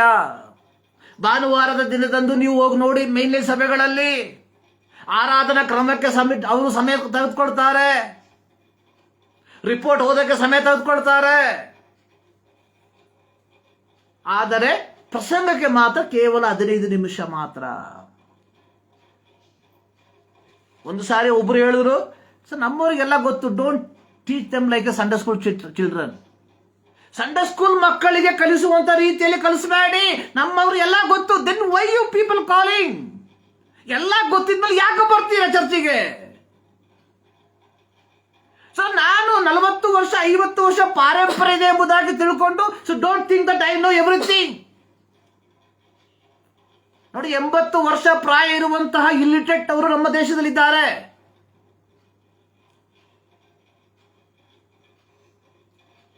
ಇವತ್ತು ಸಭೆಯಲ್ಲಿ ಏನಾಗಿದೆ, ಇಲ್ಲಿಟ್ರೇಟ್ ಅವಿದ್ಯಾವಂತರು ತುಂಬಿಕೊಂಡಿದ್ದಾರೆ. ಆಧ್ಯಾತ್ಮಿಕತೆಯಲ್ಲಿ ಅವಿದ್ಯಾವಂತರು, ದೈವಶಾಸ್ತ್ರದಲ್ಲಿ ದೇವರ ವಿಚಾರದಲ್ಲಿ ಅವಿದ್ಯಾವಂತರು ತುಂಬಿಕೊಂಡಿದ್ದಾರೆ. ಇದು ಮೇನ್ಲೈನ್ ಚರ್ಚಿನ ಒಂದು ಕಥೆ. ಆದ್ರೆ ಪೆಂಟೆಕೋಸ್ಟ್ ಚರ್ಚಿಗೆ ಬಂದ್ರೆ ಅಲ್ಲಿರುವಂಥದ್ದೆಲ್ಲ ಮಂದ ಬುದ್ಧಿಗಳು. ಅವ್ರಿಗೆ ಗೊತ್ತಿರೋದು ಇಷ್ಟೇ, ಆಶೀರ್ವಾದ ಬಿಡುಗಡೆ, ಬಿಡುಗಡೆ ಆಶೀರ್ವಾದ. ಅವ್ರು ಹೇಳ್ತಾರೆ, ಸಾಕ್ಷ್ಯಕ್ಕಿಂತ ದುಡ್ದು ಬೇರೆ ಯಾವುದೂ ಇಲ್ಲ. ನನ್ನ ಸಾಕ್ಷಿ ಏನಿನ್ ಸಾಕ್ಷ್ಯ? ಮಣ್ಣು ಸಾಕ್ಷಿ ನಿಂದು. So where is the priority for the God's word? ದೇವರ ವಾಕ್ಯಕ್ಕೆ ಎಲ್ಲಿ ಸ್ಥಾನಮಾನ? So it is our duty. ಇದು ನಮ್ಮ ಕರ್ತವ್ಯ. ಸಭೆಯನ್ನ, ದೇವ ಜನರನ್ನ ಒಂದು ಕಲಿಯುವ ಸಮುದಾಯವನ್ನಾಗಿ ಮಾರ್ಪಡಿಸಬೇಕಾಗಿರುವಂಥದ್ದು. ನೋಡಿ, ನೆಹಮ್ಯ ಏನ್ ಮಾಡ್ದ? ಪ್ರವಾಸಿಗಳಾಗಿ ಬಂದಂತಹ ಜನರನ್ನ ದೇವಾಲಯ ಕಟ್ಟಿದ್ರು, ಯೆರೂಸಲೇಮಿನ ಪೌಳಿಗೋಡೆಯನ್ನ ಕಟ್ಟಿದ್ರು. ಅಲ್ಲಿಗೆ ಮುಗಿಸ್ಬಿಟ್ಟು ನೀವು ಹೋಗಿ ವಾಸ ಮಾಡಿ ಎಂಬುದಾಗಿ ಹೇಳಲಿಲ್ಲ. ಸೊ ಇವರನ್ನ ಏನ್ ಮಾಡ್ದ? ಒಂದು ಜಾಗಕ್ಕೆ ಬರಮಾಡಿ ಮೋಶೆಯ ಧರ್ಮಶಾಸ್ತ್ರವನ್ನ ಓದಿ ಅದರ ತಾತ್ಪರ್ಯಗಳನ್ನ ತಿಳಿಸ್ಕೊಟ್ಟ. ದೆನ್ ಪೀಪಲ್ ರಿಯಲೈಸ್, ಆಗ ಜನಕ್ಕೆ ಗೊತ್ತಾಯಿತು ಏನೆಂಬುದಾಗಿ. ಇವತ್ತು ನಮ್ಮ ಸಭೆಗಳಲ್ಲಿ ಸೊ ಇದಕ್ಕೆ ಯಾವ ಸ್ಥಾನಮಾನ? ದೇವರ ವಾಕ್ಯಕ್ಕೆ ಯಾವ ಸ್ಥಾನಮಾನ? ಪ್ರಿಯರೇ, ಅನೇಕ ವಿಚಾರಗಳನ್ನು ಹೇಳೋದಕ್ಕಿದೆ ಪ್ರಿಯರೇ. ಒಂದು ಕಡೆ ಹೋಗಿ ಪ್ರಸಂಗ ಮಾಡಿದಾಗ ಅಲ್ಲಿರೋ ದೇವರ ಸೇವಕರು ಹೇಳಿದ್ರು, ಬ್ರದರ್ ನಿಮಗೆ ಈ ರೀತಿ ಪ್ರಸಂಗ ಮಾಡ್ಬೋದು, ಆದ್ರೆ ನಾಳೆ ಜನ ನಮ್ಮ ಚರ್ಚಿಗೆ ಬರಲ್ಲ, ಅವ್ರು ಬಂದಿಲ್ಲ ಅಂದ್ರೆ ನಮಗೆ ಬದುಕೋಕ್ಕಾಗಲ್ಲ, ಅಂದ್ರೆ ಕಾಡಿಗೆ ಸಿಕ್ಕಲ್ಲ. So this is the reality. ಇದು ವಾಸ್ತವಿಕತೆಯಾಗಿದೆ ಇಂದಿನ ಕ್ರೈಸ್ತ ಲೋಕದಲ್ಲಿ. ಸೊ ಜನರನ್ನ ಯಾವುದಾದ್ರೂ ರೀತಿಯಲ್ಲಿ ಇಟ್ಕೊಳ್ಬೇಕು. ನಿಜವಾದಂತಹ ದೇವರ ವಾಕ್ಯವನ್ನ ಸಾರ್ತಾ ಇಲ್ಲ ಇವತ್ತು ಜನರು. Prayer, it is our responsibility to make church as a learning community. ಸಭೆಯನ್ನ, ದೇವ ಜನರನ್ನ ಒಂದು ಕಲಿಯುವ ಸಮುದಾಯವಾಗಿ ಮಾರ್ಪಡಿಸಬೇಕಾಗಿರುವಂಥದ್ದು ನಮ್ಮ ಆದ್ಯ ಕರ್ತವ್ಯವಾಗಿದೆ. ನಾನು ಹೇಳ್ತೇನೆ, I don't want your offering, ನನಗೆ ಬೇಡ ನಿಮ್ಮ ಕಾಣಿಕೆ ಅಂತ ಹೇಳ್ಬಿಟ್ಟು ಯೋಚನೆ ಮಾಡಬೇಡಿ. FCNR ಅಕೌಂಟ್ ಇದೆ ಎಂಬುದೇ, ನನಗೆ FCNR ಏನೂ ಇಲ್ಲ, ಯಾವ ಟ್ರಸ್ಟು ಇಲ್ಲ.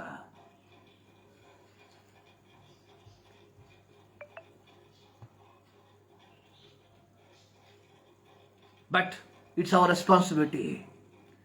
ಇಲ್ಲಿ ನೆಹಮೆ ಏನ್ ಮಾಡ್ದ? ಜನರನ್ನ ಒಂದುಗೂಡಿಸಿ ಅವರಿಗೇನ್ ಮಾಡ್ದ? ದೇವರ ಧರ್ಮಶಾಸ್ತ್ರವನ್ನ ಬೋಧಿಸ್ತಾ. ಸೊ 6ನೇ ವಾಕ್ಯದಲ್ಲಿ ನಾವು ನೋಡುವಂತಹ ಸಂದರ್ಭದಲ್ಲಿ ಆಗ ಜನ ಏನ್ ಮಾಡಿದ್ರು? ದೇವರನ್ನ ಆರಾಧಿಸಿದ್ರು.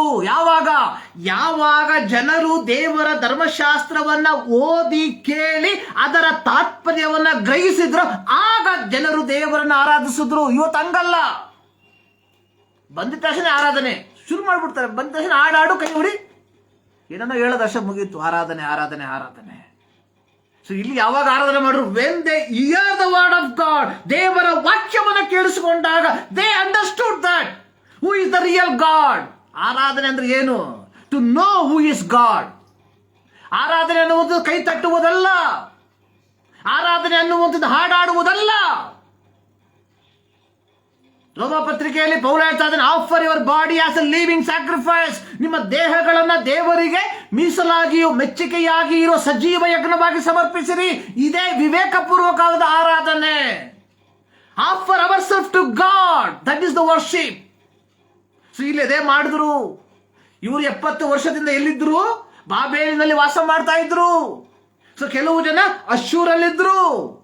They all together came back. So ಬಂದಂತಹ ಜನರಿಗೆ ಎಜ್ರನು ಮತ್ತು ನೆಹಮೆ ಏನ್ ಮಾಡ್ದ? ಮೋಶೆಯ ಧರ್ಮಶಾಸ್ತ್ರವನ್ನ ಓದಿ ಕೇಳಿಸ್ತಾ, ಅವರು ಓದಿ ಕೇಳಿ ಅದರ ಅರ್ಥ ಗ್ರಹಿಸಿದಾಗ ದೇ ವರ್ಷಿಪ್ ಗಾಡ್, ಅವರು ದೇವರನ್ನ ಆರಾಧಿಸಿದ್ರು. ಅಂದ್ರೆ ಅವರು ತಮ್ಮನ್ನೇ ದೇವರಿಗೆ ಸಮರ್ಪಿಸಿದ್ರು ಎಂಬುದಾಗಿ ಅರ್ಥ. 6ನೇ ವಾಕ್ಯದಲ್ಲಿ ನೋಡಿ, ಸರ್ವ ಜನರು ತಮ್ಮ ಕೈಗಳನ್ನೆತ್ತಿ ಆಮೇನ್ ಆಮೇನ್ ಎಂದು ಹೇಳಿ ನೆಲದ ಮಟ್ಟಿಗೂ ತಲೆಬಾಗಿ ದೇ ಆಫರ್ ದೆಮ್ಸೆಲ್ಫ್. ಇದು ಆರಾಧನೆ. So it is our duty. ಇದು ನನ್ನ ಕರ್ತವ್ಯ. It is my duty. ದೇವರು ನನಗೆ ಕೊಟ್ಟಿರುವಂತಹ ಜವಾಬ್ದಾರಿ ಇದು ಪ್ರಿಯರೇ. ಅದು ಮಾತ್ರವಲ್ಲ, ಸೊ ಏನ್ ಮಾಡಿದ್ರು? Some people started to cry. 10ನೇ ವಾಕ್ಯದಲ್ಲಿ ದೇ ರಿಯಲೈಸ್. ಸೊ ಅಲ್ಲಿ ಹೇಳ್ತಾ ಇದ್ದಾನೆ, ಅಲ್ಲಿ ಲೇವಿಯರು ಹೇಳುವಂಥದ್ದು 11ನೇ ವಾಕ್ಯದಲ್ಲಿ, ಸುಮ್ಮನಿರ್ರಿ, ದುಃಖಿಸಬೇಡಿರಿ. ಅದು ಮಾತ್ರವಲ್ಲ, 12ನೇ ವಾಕ್ಯದಲ್ಲಿ ಬರುವಂತಹ ಸಂದರ್ಭದಲ್ಲಿ ಹೇಳ್ತಾ ಇದೆ, ನೀವು ಸಂತೋಷ ಪಡ್ರಿ, ಶೇರ್, ಆಹಾರ ಪಾನಗಳನ್ನ ಇಲ್ಲದವರಿಗೆ ಕೊಡ್ರಿ, ಎಂಜಾಯ್ ಯುವರ್ ಲೈಫ್, ಸಂತೋಷ ಪಡ್ರಿ. ಇದು ಆರಾಧನೆ. ಅದು ಬಿಟ್ಬಿಟ್ಟು ನಂದೆಲ್ಲ ನಂದೇ, ನಿಂದೆಲ್ಲ ನಂದೇ ಎಂಬುದಾಗಿ ಹೇಳುವಂಥದ್ದಲ್ಲ ಆರಾಧನೆ. ಇವತ್ತು ಆರಾಧನೆ ಅನ್ನುವಂಥದ್ದು ಏನಾಗಿದೆ? ಪ್ರತ್ಯೇಕವಾಗಿ ನಮ್ಮ ಕೇರಳದಲ್ಲಿ ನೋಡ್ಬೋದು. ಐ ಡೋಂಟ್ ನೋ, ನೀವು ಹೆಂಗ್ ಹೋಗ್ತೀರ ಅನ್ನೋ ಗೊತ್ತಿಲ್ಲ, ಎಲ್ಲ ಕೊಟ್ಬಿಟ್ಟು ಹೋಗಿ ನನಗೆ. ಇಲ್ಲೂ ಅಷ್ಟೇ, ಇಲ್ಲೂ ಇದಾವೆ ಕೆಲವು ಸಭೆಗಳು, ನಾಟ್ ಇನ್ ದ ಮೇನ್ಲೈನ್ ಚರ್ಚಸ್, ಮೇನ್ಲೈನ್ ಸಭೆಗಳೆಲ್ಲ ಈ ಪೆಂಟೆಕೋ ಸಭೆಗಳಲ್ಲಿ. ನಿಮ್ದು ಒಡವೆ ನನಗೆ ಕೊಡ್ರಿ, ನಿಮ್ಮ ದುಡ್ಡು ನನಗೆ ಕೊಡ್ರಿ. ಆದ್ರೆ ಅದಲ್ಲ, ಇಲ್ಲಿ ನೋಡಿ, ಇಲ್ಲಿ ಎಜ್ರ ಹೇಳ್ತಾ ಇದ್ದಾನೆ, ಇನ್ ಕೇಸ್ ನಿಮ್ಮಲ್ಲಿ ಯಾರಿಗಾದ್ರೂ ಅನ್ನಪಾನಗಳು ಇಲ್ಲದೆ ಹೋಗಿದ್ರೆ ನೀವೇನು ಮಾಡ್ಬೇಕು, ಅವರಿಗೆ ಹಂಚಿಕೊಡ್ರಿ, ಎಲ್ಲ ಕೊಡ್ರಿ, ಹಂಚಿಕೊಡ್ರಿ, ಸಂತೋಷ ಪಡ್ರಿ. When they hear the word of God, ದೇವರ ಧರ್ಮಶಾಸ್ತ್ರವನ್ನ ಕೇಳಿದಾಗ they started to worship God, ದೇವರನ್ನ ಆರಾಧಿಸುವುದಕ್ಕೆ ಪ್ರಾರಂಭ ಮಾಡಿದ್ರು. ಪ್ರಿಯರೇ, ನಾವು ದೇವರನ್ನ ಆರಾಧಿಸುವಂತವರಾಗಿದ್ದೇವ. ಮತ್ತಾಯನ ಬರೆದ ಸುವಾರ್ತೆ 13ನೇ ಅಧ್ಯಾಯದಲ್ಲಿ ಯೇಸು ಸ್ವಾಮಿ ಪರಲೋಕ ರಾಜ್ಯದ ಕುರಿತಾಗಿ ಸಾಮ್ಯವನ್ನ ಹೇಳಿದ್ದಾರೆ. ಅದರಲ್ಲಿ ನಾವು ನೋಡುವಂಥದ್ದು ಬಿತ್ತುವವನ ಸಾಮ್ಯದ ಅರ್ಥವನ್ನ ದೇವರು ಹೇಳುವಂಥದ್ದಾಗಿ ನಾವು ನೋಡುತ್ತೇವೆ. ಅದರ ಅರ್ಥದಲ್ಲಿ ದೇವರು ಹೇಳ್ತಾನೆ, ಬಿತ್ತುವವನ ಸಾಮ್ಯದಲ್ಲಿ ಯಾವನಾದರೂ ಪರಲೋಕ ರಾಜ್ಯದ ವಾಕ್ಯವನ್ನು ಕೇಳಿ ತಿಳುಕೊಳ್ಳದೆ ಇರುವಲ್ಲಿ ಸೈತಾನನು ಏನ್ ಮಾಡ್ತಾನೆ, ಅವನ ಮನಸ್ಸಿನಲ್ಲಿ ಬಿತ್ತಿದ್ದನ್ನು ತೆಗೆದುಹಾಕ್ಬಿಡ್ತಾನೆ. ನೋಡಿ ಕಲಿಕೆಯ ಮಹತ್ವ. ದೇವರ ವಾಕ್ಯವನ್ನ ಕೇಳಿಸಿಕೊಳ್ಳುವಾಗ ನೀವು ಅದನ್ನ ನಿಮ್ಮ ಜೀವಿತದಲ್ಲಿ ಅಳವಡಿಸಿಕೊಳ್ಳದೆ ಹೋದ್ರೆ ಸೈತಾನನು ಬಂದು ಅದನ್ನು ತೆಗೆದುಹಾಕ್ಬಿಡ್ತಾನೆ. ನೋಡಿ, ಬಿತ್ತುವವನ ಸಾಮ್ಯದಲ್ಲಿ ಬಿತ್ತುವವನು ಬಿತ್ತುವುದಕ್ಕೆ ಹೊರಟನು. ಬಿತ್ತುವಾಗ ಕೆಲವು ಬೀಜಗಳು ದಾರಿಯ ಮಗ್ಗುಲಲ್ಲಿ ಬಿದ್ದವು, ಹಕ್ಕಿಗಳು ಬಂದು ಅವುಗಳನ್ನು ತಿಂದು ಬಿಟ್ಟವು. ನೋಡಿ, ದೇವರ ವಾಕ್ಯವನ್ನ ಕೇಳುವಾಗ ನಾವು ವ್ಯಸನ ಪಡುವಂಥದ್ದಲ್ಲ. So we always sorry for that. Sorry ಬೇಕಾಗಿಲ್ಲ. So you have to convert from that place. ನೀನು ಮಾನಸಾಂತರ ಪಡಬೇಕು ಅಲ್ಲಿಂದ. ಅದಕ್ಕೆ ನಾವು ತಯಾರಲ್ಲ. ನೋಡಿ, ಬಿತ್ತುವವನು ಬಿತ್ತಿದಾಗ ಅದನ್ನ ಸರಿಯಾಗಿ ಗ್ರಹಿಸಿಕೊಳ್ಳದೆ ಹೋದದರ ಫಲವಾಗಿ ಅಥವಾ ಬಿಟ್ಟು ಬಿಟ್ಟದರ ಫಲವಾಗಿ ಸೈತಾನನು ಏನ್ ಮಾಡ್ದ, ಬಂದು ತೆಗೆದಾಕ್ಬಿಟ್ಟ. ಸೊ ಕೆಲವರು ದೇವರ ವಾಕ್ಯವನ್ನು ಕೇಳಿ ಸಂತೋಷದ ಸ್ವೀಕರಿಸ್ತಾರೆ, ಆದರೆ ಬೇರಿಲ್ಲದ ಕಾರಣ ಅಂದ್ರೆ ಜೀವಿತದಲ್ಲಿ ಸ್ವಲ್ಪ ಕಷ್ಟ ಬಂದ್ಬಿಟ್ರೆ ಬಿಟ್ಟು ಬಿಡ್ತಾರೆ. ಕಲಿಬೇಕು. ಅನೇಕರು ಹೇಳ್ತಾರೆ ಪ್ರತ್ಯೇಕವಾಗಿ, ಈಗ ನೀಟ್ ಎಕ್ಸಾಮ್ ನಡೀತಾ ಇದೆ, ನೀಟ್ ಎಕ್ಸಾಮ್ ನಡೆದಿದೆ. ಅನೇಕರು, ನಾನು ಹೇಳೋದಿಷ್ಟೇ, ಈಗ 10,000 ರ್ಯಾಂಕ್ ಇದ್ರೆ ಈ 10,000 ರ್ಯಾಂಕ್ ಅನ್ನು ತೆಗೆದುಕೊಂಡಂತ ಮಕ್ಕಳಿದ್ದಾರೆ. ಈಗ ನಾವುಗಳು, ನಮ್ಮ ಮಕ್ಕಳು 20,000 40,000 ರ್ಯಾಂಕ್ ಅಲ್ಲಿ ಬಿದ್ದಿದ್ದಾರೆ. So don't blame to NEET, blame to your children. ಓದೋ ಟೈಮಲ್ಲಿ ಓದಬೇಕು. ಅದು ಬಿಟ್ಟು ಯಾವ್ದಾರ ಗಿಳಿಯಿಂದ ಹೋಗ್ಬಿಟ್ಟು ಎಕ್ಸಾಮ್ ಟೈಮಲ್ಲಿ ಅಲ್ಲಲ್ಲಿ ಸ್ತೋತ್ರ ಹೇಳಿದ್ರೆ ಪಾಸ್ ಆಗಲ್ಲ. ಕಲಿಬೇಕು. ಸೊ ದೇವರ ವಾಕ್ಯವನ್ನು ಕೇಳುವಾಗ ಕಲಿಬೇಕು, ಅದನ್ನ ಅರ್ಥ ಮಾಡ್ಕೊಳ್ಬೇಕು. ಇಲ್ಲೇನಾಗ್ತದೆ, ಅಳವಡಿಸ್ಕೊಳ್ಳಲ್ಲ. ಅಲ್ಲಿ 20ನೇ ವಾಕ್ಯದಲ್ಲಿ ವಾಕ್ಯದ ನಿಮಿತ್ತವಾಗಿ ಸಂಕಟವಾಗಲಿ ಹಿಂಸೆಯಾಗಲಿ ಬಂದರೆ ಬೇಗ ಎಡವಿ ಬೀಳ್ತಾರೆ. ಇವರೇ ಬಂಡೆಯ ನೆಲದವಾಗಿರುವರು. ಅಂದ್ರೆ ನೆಲದ ಮೇಲೆ ಬಿದ್ದಂತಹ ಬೀಜ. ಸೊ 3ನೇ ಗುಂಪು, ವಾಕ್ಯವನ್ನು ಕೇಳಿದಾಗಲೂ ಪ್ರಪಂಚದ ಚಿಂತೆ, ಐಶ್ವರ್ಯ, ಮೋಸ. ಸೊ ಇವುಗಳು ಏನ್ ಮಾಡ್ತದೆ, ದೇವರ ವಾಕ್ಯವನ್ನು ಅಡಗಿಸಿ ಬಿಡ್ತದೆ. ಇವರೇ ಮುಳ್ಳಿನ ನಡುವೆ ಬಿದ್ದಂತಹ ಬೀಜಗಳು. ಅದು ಇವತ್ತು ಕ್ರೈಸ್ತರು ಈ 3 ಗುಂಪಿಗೆ ಸೇರಿದ್ದಾರೆ. 1 ದಾರಿಯ ಮಗ್ಗುಲಲ್ಲಿ ಬಿದ್ದಿರುವಂಥದ್ದು, 2 ಬಂಡೆಯ ಮೇಲೆ ಬಿದ್ದಿರುವಂಥದ್ದು, 3 ಮುಳ್ಳಿನ ಮೇಲೆ ಬಿದ್ದಿರುವಂಥದ್ದು. ಸೊ 4ನೇ ಗುಂಪಿಗೆ ಸೇರಿರುವಂಥದ್ದು 1 ಲಕ್ಷಕ್ಕೆ ಒಂದಿಲ್ಲ. 1 ಲಕ್ಷಕ್ಕೆ ಒಂದಿಲ್ಲ ಅಂದ್ರೆ 30, 60, 100ರಷ್ಟು ಫಲ ಕೊಡುವಂತ ಕ್ರೈಸ್ತ ಇವತ್ತು ಕ್ರೈಸ್ತ ಲೋಕದಲ್ಲಿ ಇಲ್ಲ ಅನ್ನುವುದು ನಗ್ನ ಸತ್ಯವಾಗಿದೆ. ಪ್ರಿಯರೇ, it is our responsibility to make church a learning community. ಸಭೆಯನ್ನ ಕಲಿಯುವ ಸಮುದಾಯವನ್ನಾಗಿಸುವಂಥದ್ದು ನನ್ನ ಜವಾಬ್ದಾರಿ. ಉಸಿರಿರೋ ತನಕ ನಾನು ಹೇಳ್ತಾ ಇರ್ತೇನೆ.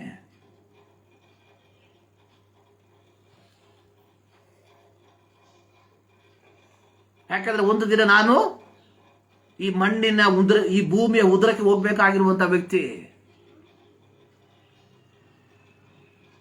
So before that I have to finish my race.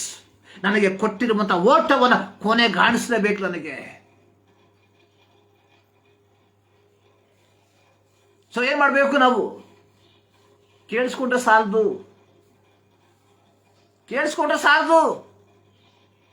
It is better to not hear if you are not able to apply in your life. So ನಿಮ್ಮ ಜೀವಿತದಲ್ಲಿ ಅಳವಡಿಸಿಕೊಳ್ಳಕ್ಕೆ ನಿಮಗೆ ಮನಸ್ಸಿಲ್ಲದೆ ಹೋದ್ರೆ ಬೆಟರ್ ಟು ನಾಟ್ ಹಿಯರ್.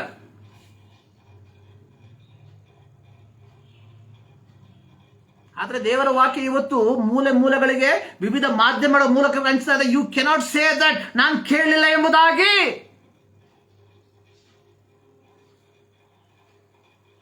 ಇರುವಂಥದ್ದು ಏಕೈಕ ದಾರಿ, obey and submit to God. Obey and submit to God. ಅದಕ್ಕೆ ನಾವು ತಯಾರಲ್ಲ. We are not ready for that. ಅದಕ್ಕೆ ಬದಲಾಗಿ ನಾವೇನ್ ಮಾಡ್ತಾ ಇದ್ದೇವೆ? 1 ಕೊರಿಂಥದಲ್ಲಿ ಪೌಲ ಹೇಳ್ತಾ ಇದ್ದಾನೆ,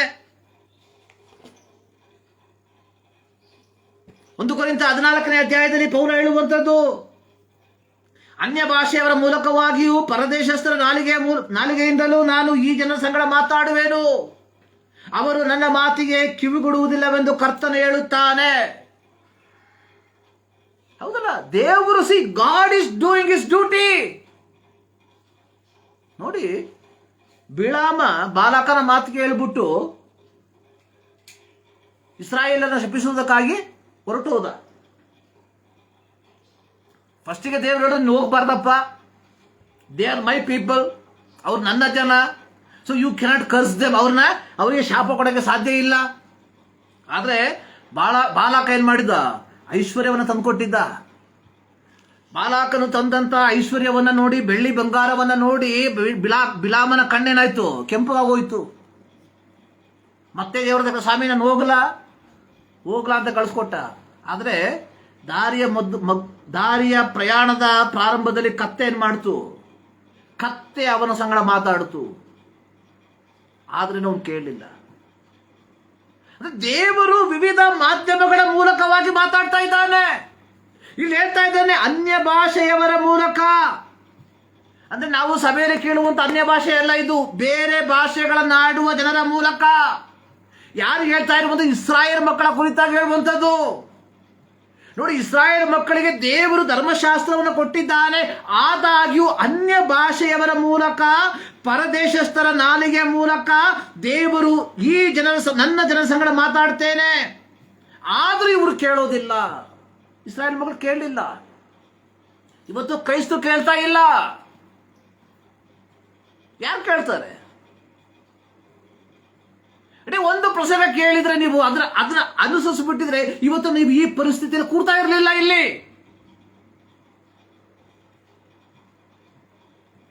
ನಾನಿಲ್ಲಿ ಏನು ಏಕಪಾತ್ರಾಭಿನಯ ಮಾಡ್ತಾ ಇಲ್ಲ ಇಲ್ಲಿ. So I am telling the truth. ಸತ್ಯವನ್ನು ಹೇಳ್ತಾ ಇದ್ದಾರೆ ನಿಮ್ಮ ಮಧ್ಯದಲ್ಲಿ.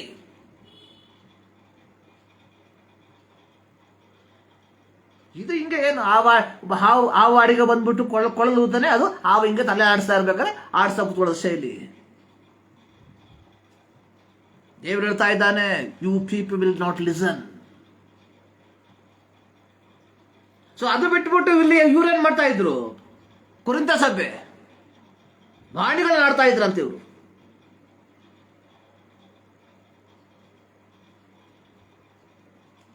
ವಾಣಿ ಅಲ್ಲಪ್ಪ ಇಂಪಾರ್ಟೆಂಟು. ಇಲ್ಲಿ ಪೌಲ ಹೇಳ್ತಾ ಇದ್ದಾನೆ, ಅದರ 19ನೇ ವಾಕ್ಯದಲ್ಲಿ ಪೌಲ ಬರ್ತಿರೋದು, ಸಭೆಯಲ್ಲಿ ವಾಣಿಯಿಂದ 10,000 ಮಾತುಗಳನ್ನು ಆಡುವುದಕ್ಕಿಂತ ನನ್ನ ಬುದ್ಧಿಯಿಂದ 5 ಮಾತುಗಳನ್ನಾಡಿ ಇತರರಿಗೆ ಉಪದೇಶ ಮಾಡುವುದು ನನಗೆ ಇಷ್ಟವಾದದ್ದು. ಅಂದ್ರೆ ದೇವರು ನಿನ್ನನ್ನು ಕರೆದಿರುವಂಥದ್ದು ಜನರನ್ನ ಸತ್ಯ ಮಾರ್ಗದಲ್ಲಿ ನಡೆಸೋದಕ್ಕೋಸ್ಕರವಾಗಿ ಎಲ್ಲ ಸಭೆಯಲ್ಲಿ ಕುತ್ಕೊಂಡು ಕೈತಟ್ಟಕ್ಕೋಸ್ಕರ ಅಲ್ಲ. ಗೊತ್ತಲ್ಲ?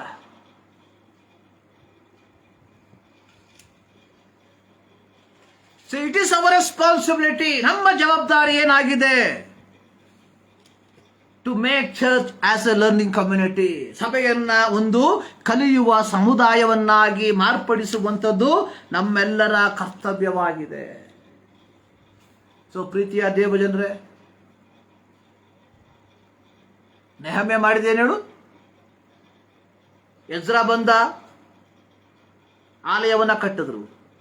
ನೆಹಮ್ಯ ಬಂದ್ರು, ಪೌಳಿಗೋಡೆಯನ್ನ ಕಟ್ಟಿದ್ರು.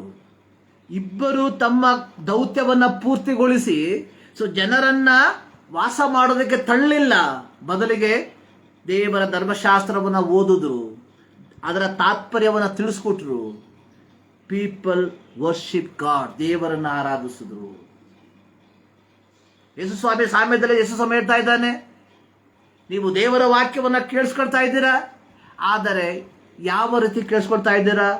ದಾರಿಯ ಮಗ್ಗುಲಲ್ಲಿ ಬಿದ್ದಂತಹ ಬೀಜವಾಗಿದ್ದೀರಾ, ಬಂಡೆಯ ಮೇಲೆ ಬಿದ್ದಂತ ಬೀಜವಾಗಿದ್ದೀರಾ, ಮುಳ್ಳುಗಳ ಮೇಲೆ ಬಿದ್ದಂತ ಬೀಜವಾಗಿದ್ದೀರಾ? ಇವತ್ತು ಈ ಮೂರು ಗುಂಪನ್ನು ನಾವು ಕಾಣ್ತಾ ಇದ್ದೀವಿ ಸಭೆಗಳಲ್ಲಿ. ಒಳ್ಳೆ ಮನದಲ್ಲಿ ಕಾಣದೇ ಇಲ್ಲ.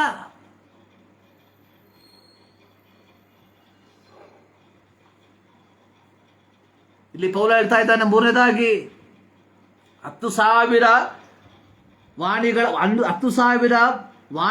ವಾಣಿಗಳ ಮಾತುಗಳನ್ನಾಡುವುದಕ್ಕಿಂತ ಬುದ್ಧಿಯಿಂದ, ಇಲ್ಲಿ ಮಾನಸಿಕವಾದ ಬುದ್ಧಿಯ ಕುರಿತಾಗಿಲ್ಲ, ದೈವಿಕವಾದಂತಹ ಬುದ್ಧಿಯ ಕುರಿತಾಗಿ ಹೇಳ್ತಾ ಇದ್ದಾನೆ.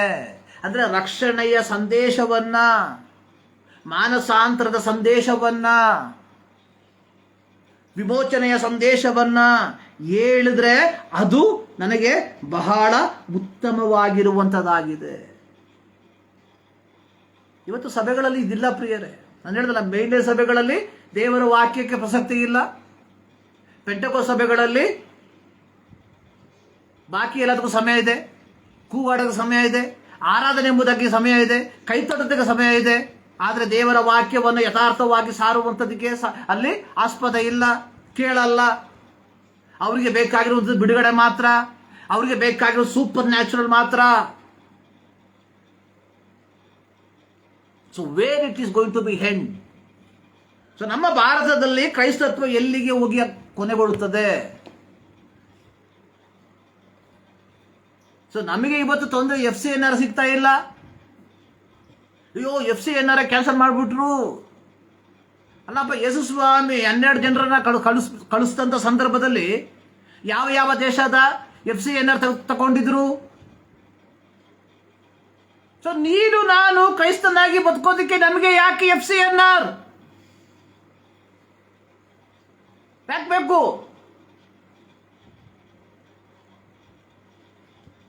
ಸಂಸ್ಥೆಗಳಿಗೆ ಬೇಕು, ಅವರಿಗೆ ದುಡ್ಡು ಉಳಿಯಕ್ಕೆ.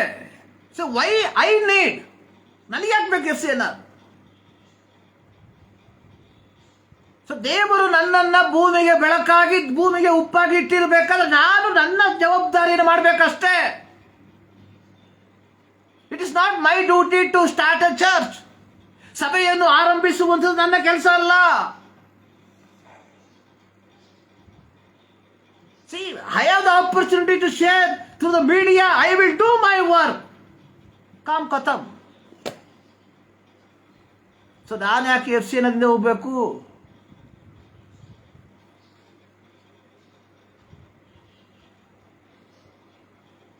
ಸೊ ಯೋಚನೆ ಮಾಡಿ. ಸೊ ನಾವುಗಳು ಕಲಿಯುವಂತವರಾಗಿದ್ದೇವಾ?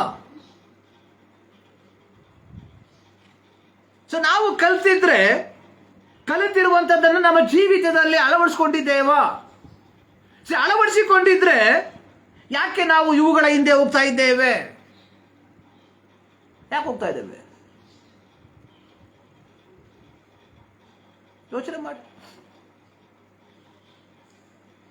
ಸೊ ದೈವಶಾಸ್ತ್ರ ಶಿಕ್ಷಣ ಅನ್ನುವಂಥದ್ದು ಇದು ಕೇವಲ ಪಾದ್ರಿಗಳಿಗೆ, ಪಾಸ್ಟರ್ಗಳಿಗೆ ಮಾತ್ರ ಸೀಮಿತವಲ್ಲ. ಇದು ಪ್ರತಿಯೊಬ್ಬ ಕ್ರೈಸ್ತನ ಜೀವಿತವಾಗಿರಬೇಕು. You should learn the Bible. ಎಲ್ಲವನ್ನು ನೀವು ಸರಿಯಾಗಿ ಕಲ್ತಿರಬೇಕು. ದೇವರ ವಾಕ್ಯದಲ್ಲಿ ಬರೆಯಲ್ಪಟ್ಟ ಒಮ್ಮೆ ಮರಣವು ಆಮೇಲೆ ನ್ಯಾಯ ತೀರ್ಪು ಪ್ರತಿಯೊಬ್ಬರಿಗೂ ನೇಮಿತವಾಗಿದೆ. ಸೊ ಹೀಗಿರಲಾಗಿ ಆ ನ್ಯಾಯ ತೀರ್ಪಿನಿಂದ ನಾವು ಬಿಡುಗಡೆ ಹೊಂದಬೇಕಾದ್ರೆ ನಾವೇನು ಮಾಡಬೇಕು? ರಕ್ಷಣೆ ಹೊಂದ್ಕೊಳ್ಬೇಕು. ಗೊತ್ತಾಯ್ತಲ್ಲ? ಅದು ಮಾತ್ರವಲ್ಲ, ನಾವು ಒಂದು ಮನುಷ್ಯತ್ವ ಉಳ್ಳವರಾಗಿರಬೇಕು ಪ್ರಪ್ರಥಮವಾಗಿ. ಅದಕ್ಕೆ ಯೇಸು ಸ್ವಾಮಿ ಹೇಳಿದ್ರು, ಹಳೆ ಒಡಂಬಡಿಕೆ 10 ಆಜ್ಞೆಗಳನ್ನ ಯೇಸು ಸ್ವಾಮಿ 2 ಆಜ್ಞೆಗಳಾಗಿ ಏನ್ ಮಾಡಿದ್ರು, ಸಂಕ್ಷಿಪ್ತಗೊಳಿಸಿದ್ರು. ಸೊ ಮೊದಲನೇ ಆಜ್ಞೆ, ನಿನ್ನ ದೇವರಾದ ಯೆಹೋವನನ್ನ ಪೂರ್ಣ ಹೃದಯದಿಂದ, ಪೂರ್ಣ ಪ್ರಾಣದಿಂದ, ಪೂರ್ಣ ಬುದ್ಧಿಯಿಂದ ಪ್ರೀತಿಸಬೇಕು. 2, ಸೊ ನಿನ್ನ ನೆರೆಯವನನ್ನು ನಿನ್ನಂತೆ ಪ್ರೀತಿಸಬೇಕು. ಇದು 1, 2 ಅಲ್ಲ, ಸಮಾನವಾದ ಆಜ್ಞೆ. ಅಂದ್ರೆ ಒಂದೇ ಆಜ್ಞೆ. Love your god with all your heart, with all your soul, with all your mind, the same way love your neighbor. ಇಷ್ಟು ಮಾಡಿದ್ರೆ ಸಾಕಪ್ಪ. ನಾವ್ ಯಾಕೆ ಬೇಕು ನಮಗೆ FCN? ನಮ್ಗೆ ಯಾಕೆ ಬೇಕು ಉಸಬಾರಿ ಅಲ್ಲ? ಯಾಕೆ ಬೇಕು ನಮಗೆ? ಅದಲ್ಲ ಸ್ವಾಮಿ ಕ್ರೈಸ್ತತ್ವ, ಸಂಸ್ಥೆ ಅಲ್ಲ ಕ್ರೈಸ್ತತ್ವ. ನಾವು ಕಾಣುವಂತಹ ಪಂಗಡ ಅಲ್ಲ ಕ್ರೈಸ್ತತ್ವ. ಕ್ರೈಸ್ತತ್ವ ಅನ್ನುವಂಥದ್ದು ವ್ಯಕ್ತಿಗತ, ಇಟ್ ಇಸ್ ಪರ್ಸನಲ್. ನಾವು ವೈಯಕ್ತಿಕವಾಗಿ ಕ್ರೈಸ್ತರಾಗಿದ್ದೇವ, ವೈಯಕ್ತಿಕವಾಗಿ ದೇವರ ವಾಕ್ಯವನ್ನು ಕಲಿತಾ ಇದ್ದೇವ. ದೇವರ ವಾಕ್ಯ ಕಲಿಯುವುದಂದ್ರೆ ಬಾಯಿ ಪಾಠ ಮಾಡೋದಲ್ಲ. ಸೊ ನಾನು ನನ್ನ ಚಿಕ್ಕ ವಯಸ್ಸಲ್ಲಿ ಸುಮಾರು ಕಲಿತಿದ್ದೆ. ಚಾಲೆಂಜ್ ಮಾಡ್ಕೊಂಡು ಕಲಿತಾ ಇದ್ದೆ ಚಿಕ್ಕ ವಯಸ್ಸಲ್ಲಿ ವಾಕ್ಯನ.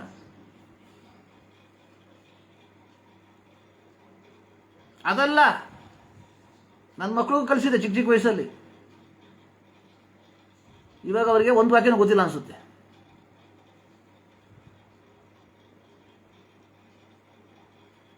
ಆ ಕಲಿಕೆ ಅಲ್ಲ ಇದು.